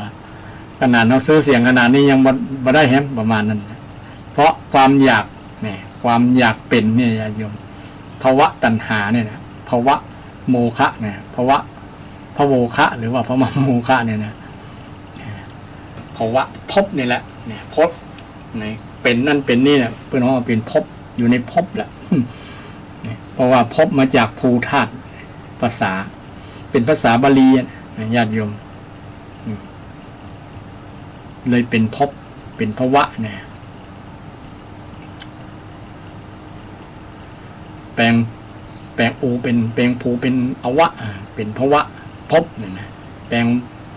คือแปลงร่างวอแหวนแปลงร่างเป็นพอพานเลยเป็นภพเนี่ยภพเป็นภพอันเดียวกันเนภัยทุกข์กิเลสเนี่ยกิเลสคือความอยากเป็นญาติโยมความอยากเป็นจิตจะบ่มีเกษมจะบ่ม่วนจะบ่ปลอดโปร่งโล่งเบาคนที่บ่ยุ่งเกี่ยวกับเรื่องอยากมีอยากเป็นบางครั้งมันปลอดโปร่งโล่งเบาโอ้สบายเลยบ่ยุ่งดีนะไปยุ่งเรื่องการบ้านการเมืองยุ่ง อยากเพราะว่าอยากเป็นนี่อยู่แบบเนี้ยนะได้ช่วยอย่างปอที่เขาช่วยได้ก็ช่วยไปนะวัดบามีการมีงานก็ช่วยไปนะสังคมไหนที่มันเขาจะช่วยได้ยื่นมือช่วยได้ก็ช่วยไปนี่เอาทำแบบนี้ดีกว่าที่มันรู้กันนี่เพิ่นทำใจได้นะจิตใจก็ปลอดโปร่งบ่ยึดในเรื่องความอยากเป็นเนี่ยโยมภาวะเนี่ยจิตมันก็ปลอดโปร่งโล่งเบาเนี่ยมันก็เป็นเกษมสบายม่วนใจนี่โอยกตัวอย่างให้ท่านผู้ฟังทั้งหลายได้รับทราบนะว่าจิตเป็นเกษมระดับชาวบ้านกับพอมีอยู่ญาติโยมจิตบอกไปยึดมั่นถือมั่นในเรื่องโมนี้เนาะบอกไปติดใจบอกไปปรารถนาบอกไปอยากได้อยากเป็นอยากมีโมนี้เนี่ยมันก็จะสบายใจไผ่พัฒนาจิตใดก็ถือว่าภูมิธรรมภูมิธรรมะนะสูงขึ้นดีขึ้นจิตใจพัฒนาขึ้นญาติโยม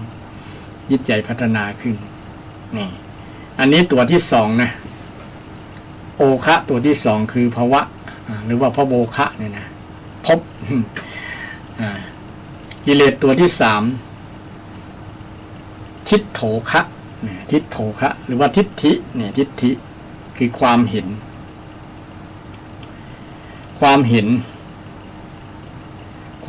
โดยเฉพาะความเห็นในที่นี้หมายถึงความเห็นผิดนะเป็นมิจฉาทิฏฐิ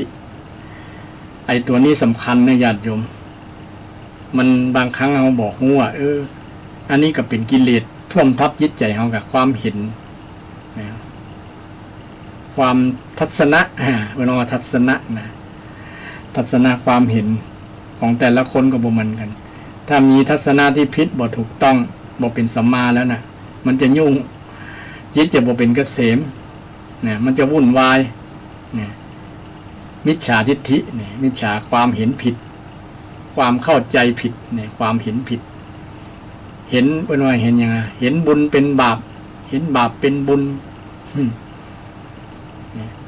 คนแต่ก่อนมีความเห็นสมัยพุทธกาลมีความเห็นสรุปแล้วใหญ่ๆสามนะสองอย่างนะสองอย่างคือสัตตทิฏฐิเนี่ยความเห็นว่าเที่ยงความเห็นว่าเที่ยงคือเป็นนั้นเป็นนิรันดร์นะบ่มีความเปลี่ยนแปลงอีกอย่างกับอยู่ตลอดแหละเช่นคนเราตายแล้วก็ยังมีจิตเป็นอมตะจิตนี่บ่ตายประมาณนั้นมีอยู่ตลอดแล้วก็มีพระเจ้าเนี่ยเป็นองค์อมตะมีพระเจ้าเป็นอมตะนิรันดร์ถ้าไป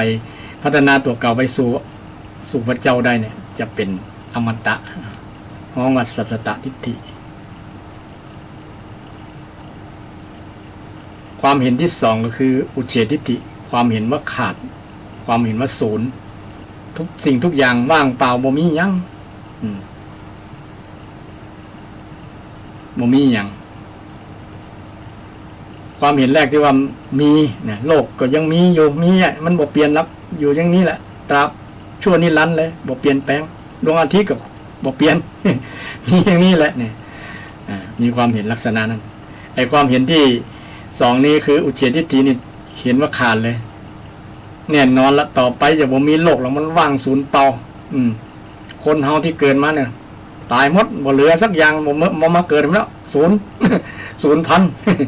ศูนย์พันบ่เหลืออย่างสักอย่างนะศูนย์หมดบ่มีอย่างสักอย่างนะในโลกเนี่ยนะในจักรวาลเนี่ยเป็นของว่างเปล่าหมดเป็น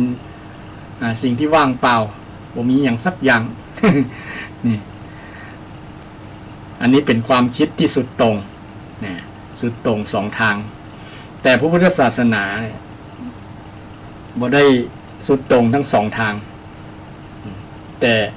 มีทัศนะที่เป็นกลางกลางระหว่างสองความคิดนี้นะบางอย่างก็ศูนย์บางอย่างก็บ่ศูนย์ เลยห้องว่าเป็นอนัตตาเนี่ยนะถ้าเป็นนัตถิตาเนี่ยคือบ่มีตัวละศูนย์นี่นะถ้าเป็นอัตตานี่มีอยู่ตลอดเลยอัตตาลัทธิอัตตานะหรือว่าสัตตตทิฏฐิเนี่ยอัตตาแต่พุทธศาสนาในห้องเป็นลัทธิอนัตตานี่อยู่ระหว่างกลางมีเหมือนไม่มีเนี่ยมีเหมือนไม่มีตัวตนชั่วคราวมีตัวตนชั่วคราวเนี่ยอนัตตาตัวตนชั่วคราวพระเจ้ามองละเอียดถึงขนาดนั้นคนลัทธิหนึ่งว่ามันกับตัวเฮาแล้วกันนะกายกับใจเนี่ยจะเป็นตัวไผมันจะเป็นอีหยัง อันที่คนว่าอัตตานะอัตตาอัตตากับตัวเฮาเนี่ยหรือว่าสิ่งที่เป็นถูกปรุงแต่งมาแล้วก็ถือว่าเป็นอัตตาหมดเนาะอัตตาหมดเลยเป็นมีตัวมีตนหมดนะมีตัวมีตนแต่พระพุทธเจ้ามองเป็นสิ่งที่ถูกปรุงแต่งว่ามันถูกปรุงแต่งเกิดจากการปรุงแต่งนะเกิดจากการปรุงแต่งขึ้นไม่มีตัวถาวรนะเช่นสังขารร่างกายของเราถูกปรุงแต่งด้วยธาตุสี่ขันธ์ห้านี่ธาตุสี่ขันธ์ห้าธาตุสี่คืออย่างดินน้ำไฟลมอธิบายธาตุสี่ญาติโยมอาจจะนึกถึงว่าเป็นธาตุสี่ที่เป็นดินก็คือขี้ดินเต้าพวกนี้นะน้ำก็คือน้ำอยู่ในทะเลน้ำอยู่ในลำคลองน้ำแม่น้ำหยังลมก็ที่ลมมันพัดตั้งลมพายุลมพัดไปพัดมา อยู่ตั้งนอกนั่นนี่ไฟเช่นไฟที่ก่อขึ้นคนก่อขึ้นหรือว่าไฟเกิดจาก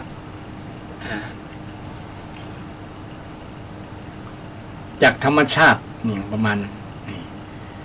อันที่ถ้าเข้าใจแบบลักษณะนั้นก็เข้าใจถูกสักกึ่งหนึ่ง แต่ใน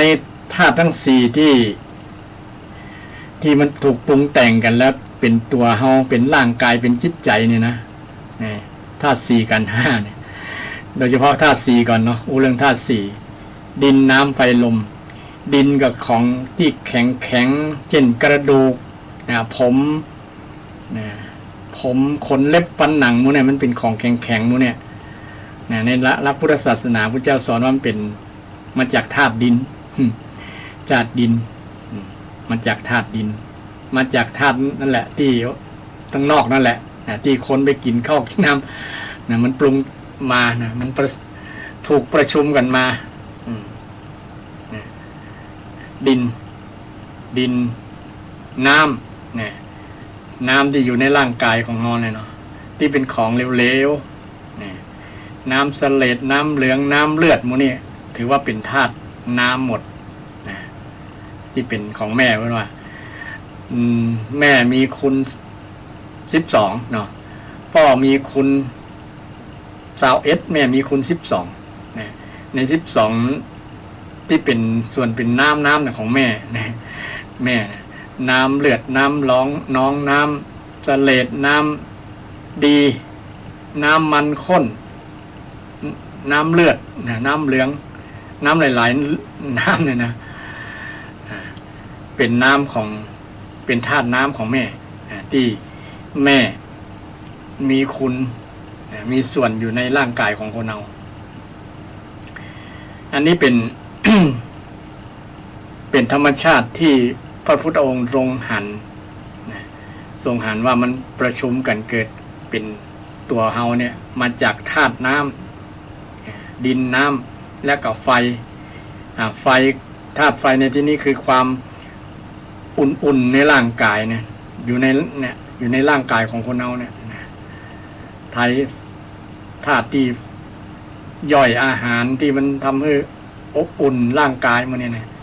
มันเป็นธาตุไฟมีอยู่ในร่างกายแล้วก็ธาตุลมขึ้นเบื้องต่ำลมขึ้นเบื้องสูงเนี่ยเดี๋ยวก็ตองห้องอกอักมันนี่ก็มีลมอยู่ในนั้นก็เป็นธาตุลมตลอดถึงอากาศธาตุนี้ก็ รวมไปในนั้นแต่จริงๆมันมี6ธาตุก่อนเนาะอากาศธาตุตัวเนี่ยอากาศธาตุคืออากาศที่เป็นผลต่อทำให้ร่างกายมันขับเคลื่อนให้หัวใจให้ปอดมันทำงาน เป็นอากาศธาตุและแห่งธาตุหนึ่งก็เป็นวิญญาณธาตุทั้งหมดเป็น6ธาตุ6ธาตุนี้จะประชุมในร่างกายของเราแล้วมีแห่งขันธ์5ขันธ์5นี้ได้แก่รูปเวทนาสัญญาสังขารวิญญาณในขันธ์5นั้นก็ในส่วนของรูปนั่นก็คือส่วนของธาตุ4นี่รูปได้แก่ธาตุ4แห่ง4ขันธ์แห่ง4ขันธ์นั้นเป็น เป็นขันธ์ขอ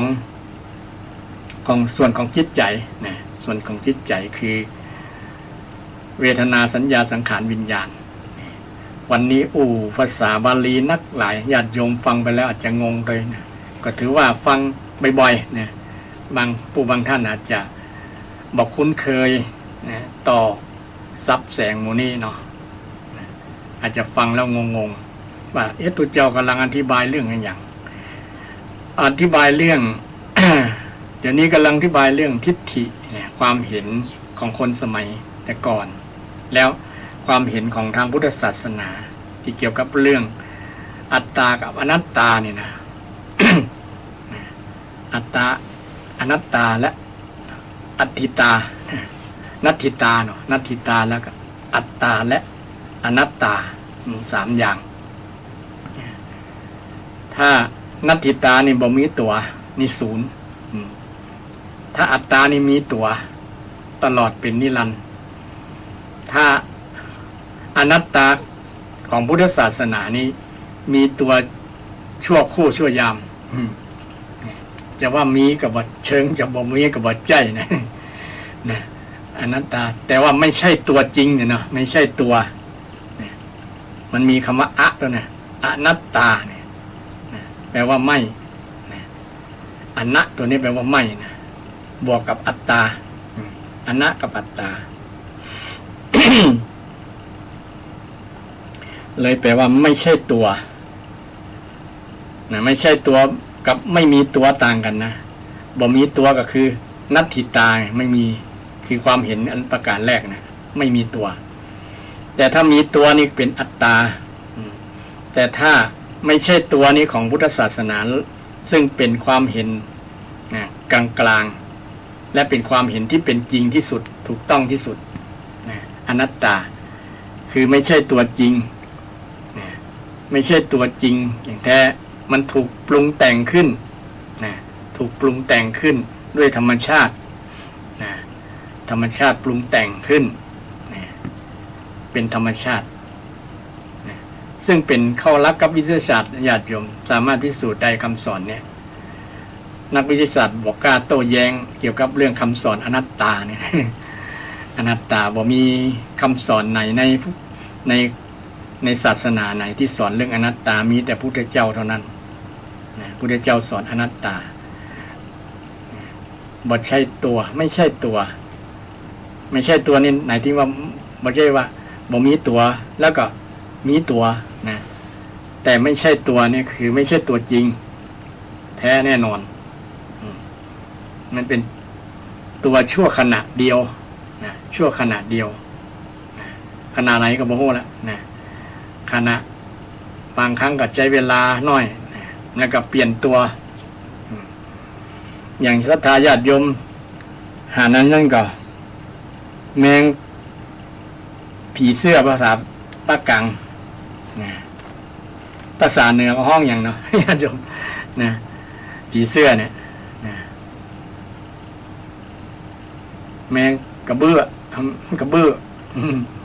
นะเวลามันจะเป็นตัวมันเป็นนั่นนะมันรู้สึกว่าคนแทบบอกว่ามันมีวัฒนาการรวดเร็วนะเมื่อคืนนะมันจะกลับกลายเป็นหนอนตัวหนอนนะตัวหนอนกินพืชพันธุ์ธัญญาหารต่างๆแต่เมื่อวันมันจะแจ้งแล้วมันจะเป็นนะหรือว่ามันจะพลิกผันเป็นมาเป็นตัวแข็งๆแล้วก็อยู่ในนั้นก็กลายเป็นแมงกระเบื้องนะบางสายพันธุ์มันจะปรับได้เร็วรวดเร็วมากนะรวดเร็วมากอันนี้โยงมาหันว่าความเป็นอนัตตานี่ไม่ใช่ตัวจริงมันแป๊บเดียวเลย อย่างคนเฮาเนี่ยบ่ใช่ตัวเฮาจริงๆบ่ใช่ตัวเฮาจริงๆเพราะมันถูกปรุงแต่งนี่เพราะ ที่ว่าบ่เป็นตัวจริงมันเปลี่ยนไปเรื่อยๆแล้วก็เป็นสิ่งที่ทนต่อสภาพเดิมบ่ได้นะมันเป็นทุกขังกับอนิจจังเนี่ยมันเป็นอนิจจังและทุกขังนะไม่เที่ยงไม่ทนแล้วก็บ่แต้เนี่ยเคยศรัทธาญาติโยมฟังไอ้บ่แต้เนี่ยคืออนัตตาไม่เที่ยงก็คืออนิจจังไม่ทนก็คือทุกขังนะ ไอ้ธรรมชาติอันที่เป็นของลึกซึ้งนี่ญาติโยมมีคำสอนในพุทธศาสนาอย่างเดียวนะและมันเป็นที่มาของความหันของพุทธศาสนาว่าเป็นอนัตตาความหันในความเห็นเนี่ยเนาะความเห็นความเข้าใจว่ามันเป็นธรรมชาติแล้วเนี่ยแต่ ต้องอาศัยด้วยสติปัญญาถึงจะหันนะปัญญาเฉียบคมเฉียบแหลมมีพระพุทธเจ้าเปิ้นหันก่อนเปิ้นละเป็นอีล้อเนี่ยธรรมชาติ เนี่ยมันเป็นอนิจจังทุกขังอนัตตามันไม่ใช่ตัวแต้รอมันเปลี่ยนไปเรื่อยๆเปลี่ยนจะได้เปลี่ยนจากละอ่อนมาเป็นคนใหญ่มาเป็นคนหนุ่มคนสาวเนาะเป็นคนแก่คนเฒ่าคนชราแล้วก็ตายไปเนี่ยมันบ่คงที่มันบ่ถาวรมันบ่เป็นตัวคนหนุ่มตลอดนะมันบ่เป็นมันไม่เป็นนิรันดร์บ่เป็นคนหนุ่มตลอดบ่สาวตลอดมันมีแก่นี่ไอ้นี้แหละมันเป็นตัวอธิบายคำว่าอนัตตานะคือไม่ใช่ตัวเดิมไม่ใช่ตัวจริงเนี่ยตัวจริงๆคือธาตุนี่ธาตุสี่ขันธ์ห้านั่นแหละมาประชุมกันนี่ดินน้ำไฟลมนี่แหละคือตัวจริง ตัวจริงๆเนี่ยแต่เราไปเข้าใจว่าตัวเราเนี่ยเฮาทั้งหลายเนี่ยเข้าใจตัวเฮาแล้วเนี่ยจริงมันไม่ใช่ตัวเฮามันเป็นธรรมชาติเนี่ยดินน้ำไฟลมนี่โป่งหันจี้หันแบบนั้นแต่คนก็ยังเข้าใจว่าเป็นตัวเฮาอยู่นะพอตัวเฮาจะได้เฮายังอยู่นี่ละ ก็ยังกินข้าวล้ำๆอยู่เนี่ยไม่ใช่ตัวเฮาจะได้คนกับเถียงเนาะแต่พระเจ้าที่ว่าบอกไม่ใช่ตัวเฮาแต่มันเป็นตัวเฮาเฉพาะชั่วคู่ชั่วยามเท่านั้นเนี่ยก็เปลี่ยนไปนะเฮาจริงๆเด็กต่อก่อนเคยเป็นละอ่อนเดี๋ยวนี้มันละอ่อนความเป็นละอ่อนมันไปไหนล่ะนี่ความเป็นหนุ่มไปไหนมันเป็นคนแก่แล้วประเดี๋ยวเนี่ยผมก็งอกหมดแล้วนะหนังก็เหี่ยวเขี้ยวก็หลอนหมดแล้วนะไอ้ความงามมันไปไหนนะตัวที่ว่าเป็นตัวเฮาแต่นะมันไปไหนบังคับมันได้ก็นะบ่ฮื้อแก่บ่ฮื้อเจ็บเนี่ยบังคับมันฮื้อได้ก่อนเนี่ยมันเป็น ลักษณะที่บังคับบ่ได้นี่แหละมันเป็นอนัตตาไม่ใช่ตัวจริงเนี่ยวงเล็บไม่ใช่ตัวจริงตัวจริงคืออะไรก็คือธรรมชาติที่เป็นถูกปรุงแต่งด้วยดินน้ำไฟลมนี่ดินน้ำไฟลมแต่ไปยึดเนี่ยคนเขามายึดว่าที่ว่ายึดขันธ์ห้านะเนาะยึดขันธ์ห้าก็คือยึดกายกับใจนี่แหละเนี่ยว่าเป็นตัวเฮาก็เลยบอกไปไหนก็เป็นทุกข์อยู่เนี่ย มันเป็นทุกข์เนี่ยอันนี้ความเห็นทัศนะที่เขาว่าทิฏฐิเนี่ยถ้าเป็นทิฏฐิที่คิดผิดเนี่ยญาติโยมคิดผิดเนี่ยอันตรายแล้วก็เป็นกิเลสที่ก่อความเสียหายให้กับตัวเก่าตัวเจ้าของตัวเฮานักทีเดียวถ้าเฮาเห็นผิดนี่เนาะโอ้อันตรายเห็นว่าทำบุญบ่ได้บุญละนะทำบาปก็บ่ได้บาปทำดีบ่ได้ดีนี่มันจะเป็นความเห็นที่ทำให้เกิดอันตรายต่อการดำเนินชีวิตนะถ้ามีทัศนะแบบนี้เนี่ยอันตรายในการดำเนินชีวิตนะและคนรอบข้างตัวนะและนำไปสู่ความเชื่อด้วยนะถ้ามีทัศนะแล้วก็เชื่อแบบนี้เลยนะอย่างบางคนมีทัศนะมีความเห็นว่าเช่นเกี่ยวกับเรื่องกินเนี่ยนะเช่นบางคนมีเห็นว่าการกินในอย่างสัตว์ที่มันแปลกๆอวัยวะของสัตว์แปลกๆอุ้งตีนมีอันอย่างของจ้างเนี่ยต่างๆนะฮะทำให้สมรรถภาพทางเพศของปัจจัยดีอย่างนี้เป็นต้นเนาะเนี่ยอันนี้ก็เป็นความเห็นที่นำไปสู่ความเชื่อนะความเชื่อว่ามัน เรามีความเห็นลักษณะน่าจะแตกนะก็เลยเป็นเหตุนำไปให้สู่การที่จะนำมาซึ่งความตัวเก่าเชื่อนั้นนะเช่นไปหาอวัยวะสัตว์ทั้งหลายที่มันเสาะยากที่มันตัวใหญ่ๆนะต้องไปฆ่าต้องไปอย่างมันนี่ทำลายชีวิตสัตว์เนาะเกิดมาจากความเชื่อและทัศนะที่เป็นลักษณะนั้นเช่นคนบ่เชื่อเรื่องบาปบุญมีอย่างมีนะนรกสวรรค์บ่มีนะก็เลยไปทำบาปทำกรรมนี่ก็เป็นเหตุสร้างให้เกิดความเดือดร้อนกับคนส่วนหลายทีเดียวมาจากทิฏฐิทัศนะนี่แหละมาจากความเห็นมาจากความเห็นนำไปสู่การกระทำกรรมอู้และความคิดทิฏฐินี่แหละความเห็นที่เป็นมิจฉาทิฏฐินี่อันตรายเป็นกิเลสที่น่ากลัวที่เกิดมาท่วมทับจิตใจคนนั้นก็แย่ย่ำแย่เพราะ เป็นห่วง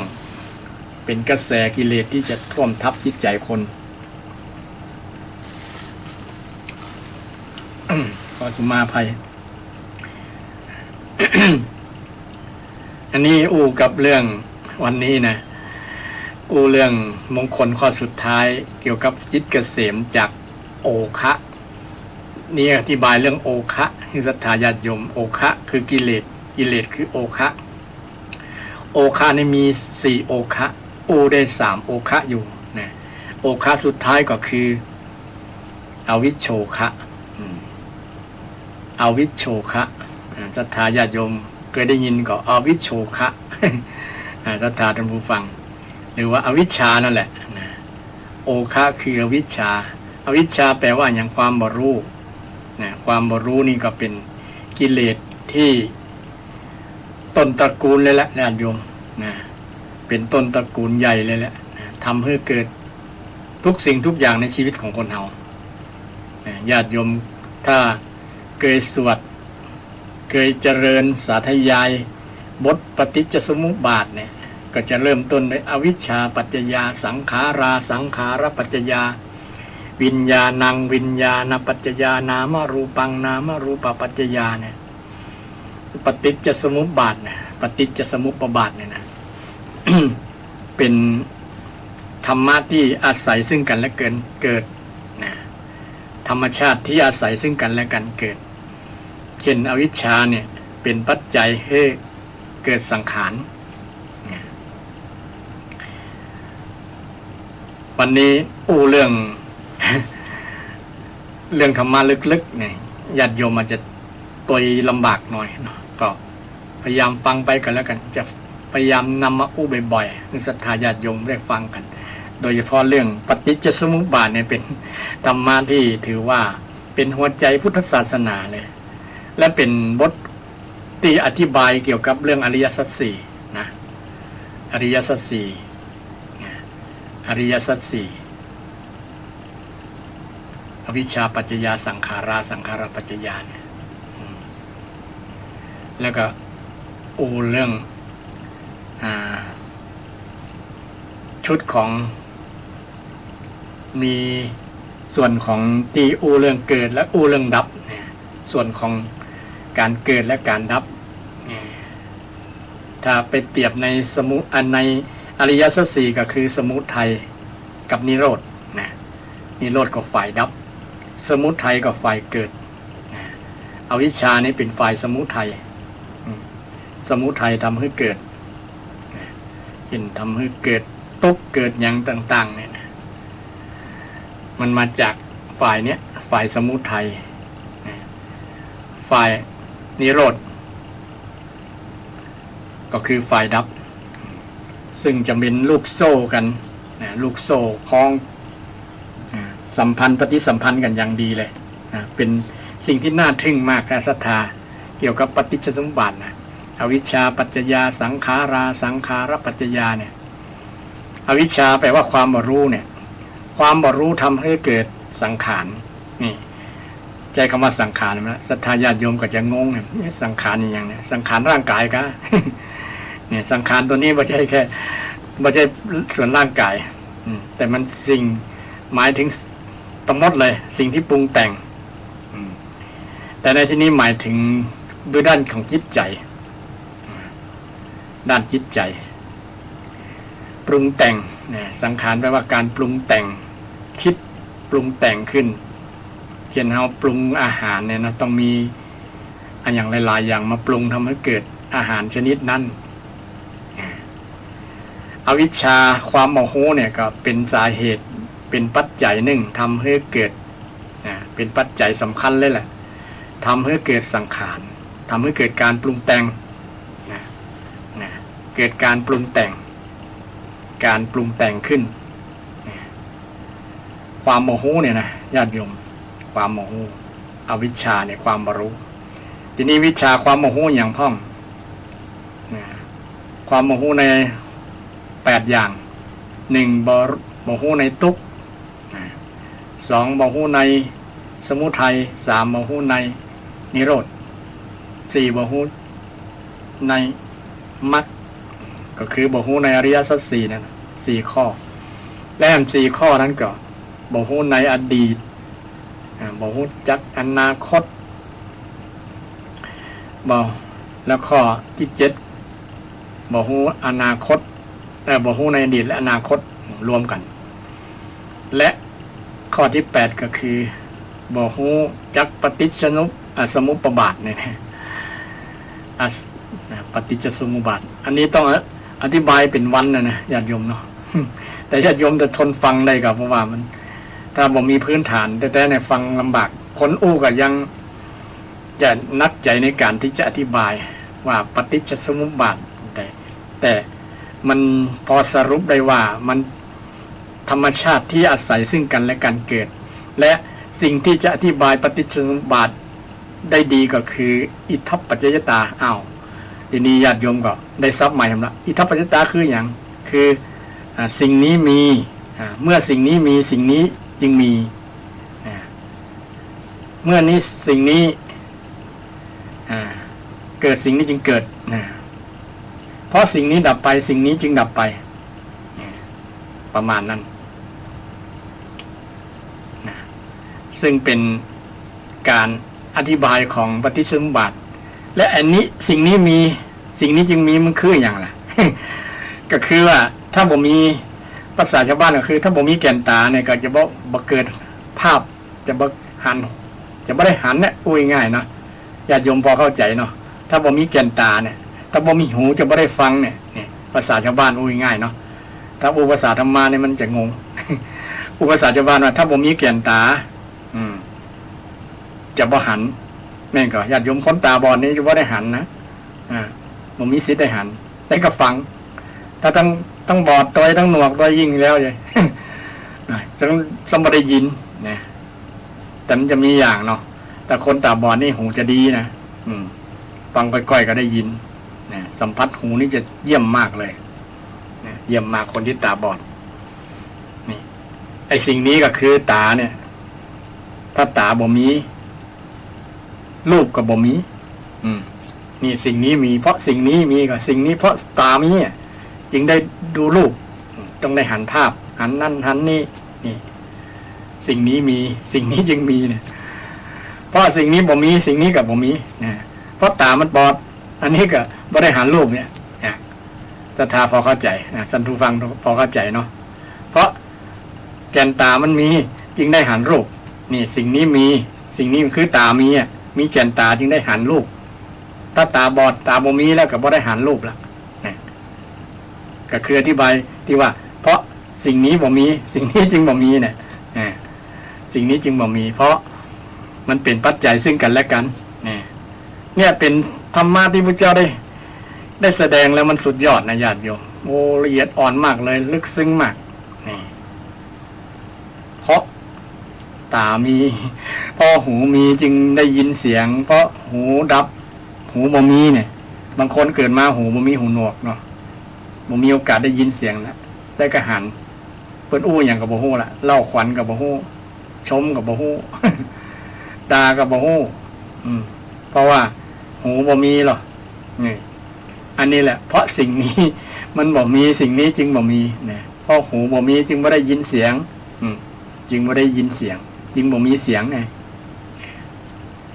อันนี้แหละสิ่งนี้มีสิ่งนี้จึงมีเนี่ยแต่ก่อนอาตมาใหม่ๆก็งงกันคืออย่างนะสิ่งนี้มีสิ่งนี้จึงมีเนี่ยเนาะแต่พอศึกษาไปเรื่อยนะวิจัยธรรมะบนห้องวิจัยเนาะวิเคราะห์วิจารณ์นะตั้งคำถามดัดศึกษาอ่านบ่อยๆศึกษาบ่อยๆฟังบ่อยๆมันก็เข้าใจทีละน้อยละน้อยแล้วก็เนี่ยก็มาบอกศรัทธาตัวละมันคือจะนะปฏิจจสมุปบาทเนี่ยนะเพราะอวิชชาความโมโหอวิชชาเนี่ยเป็นตัวสำคัญเลยนะถึงชีวิตของคนเราเนี่ยมันมาเพราะอวิชชาเนี่ยแหละถ้าบ่มีอวิชชานะมันจริงบ่ได้เกิดกันละ มันจึงบ่เป็นตัวเฮาละนี่สรุปง่ายๆแบบนี้เริ่มมาจากวิชาถ้าเป็นศาสนาอื่นๆเพราะว่าถ้าบ่มีพระเจ้าเนี่ยจะบ่ได้เกิดบ่ได้สร้างอย่างทุกอย่างจะบ่เกิดขึ้นคล้ายกันเนาะนะอวิชชาเนี่ยคือตัวสร้างนะตัวเหตุปัจจัยสำคัญเลยในชีวิตร่างกายของคนเราในญาติโยมมันทำให้เกิดสังขารแล้วก็สังขารทำให้เกิดวิญญาณนี่การปรุงแต่งนี่วิญญาณทำให้เกิดนามรูปนะนามรูปเกิดร่างกายเกิดสังขารร่างกายเกิดจิตใจนี่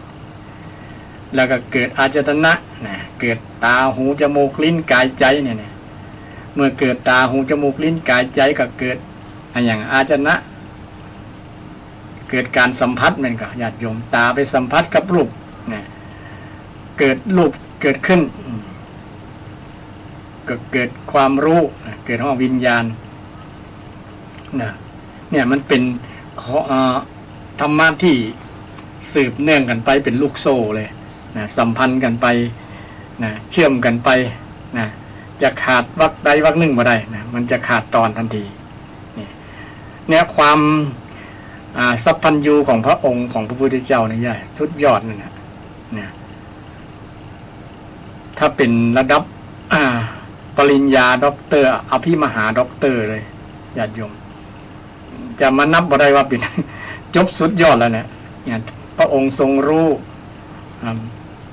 อริยสัจสี่แล้วอธิบายโดยปฏิจจสมุปบาทแล้วอธิบาย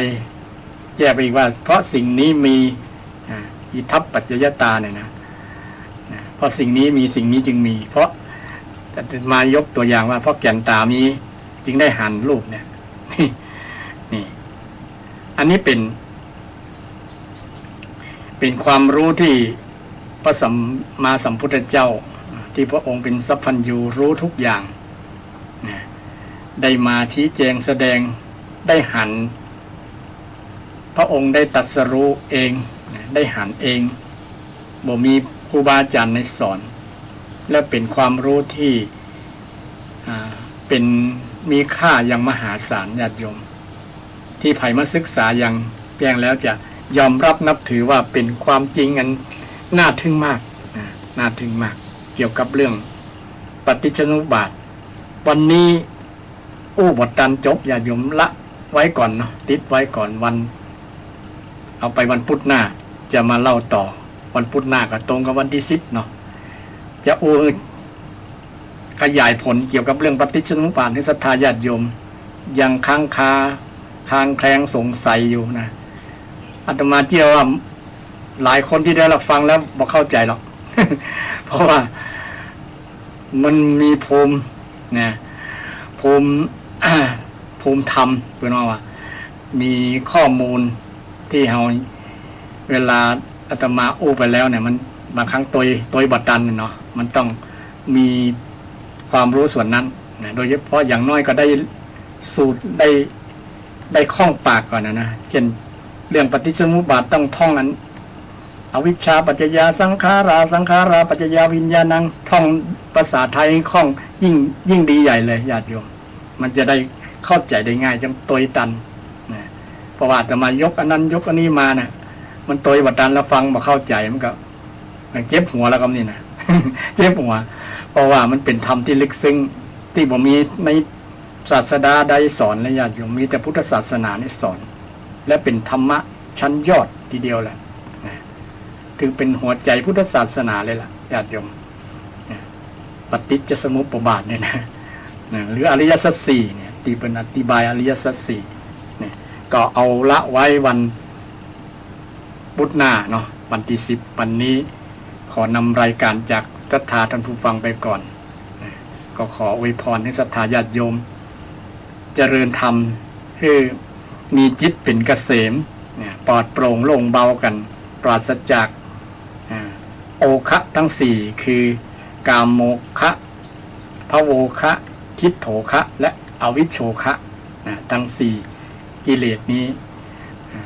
ที่จะทำจิตใจของเขาคือปลอดโปร่งโล่งเบาสบายม่วนอกม่วนใจนะที่ในฐานะเป็นชาวพุทธก็ขอบุญกุศลเกิดจากการ ทำคุณงามความดีก็ตามสั่งสมบารมีทั้งหลายที่ศรัทธาญาติโยมได้สั่งสมกันนี่เป็นปรวาปัจจัยศรัทธาญาติโยมมีความสุขกายสบายใจสุขภาพแข็งแรงปราศจากทุกโศกโรคภัยมีความเจริญไปด้วยอายุวรรณะสุขภระกันทุกท่านทุกคนเทินเจริญพร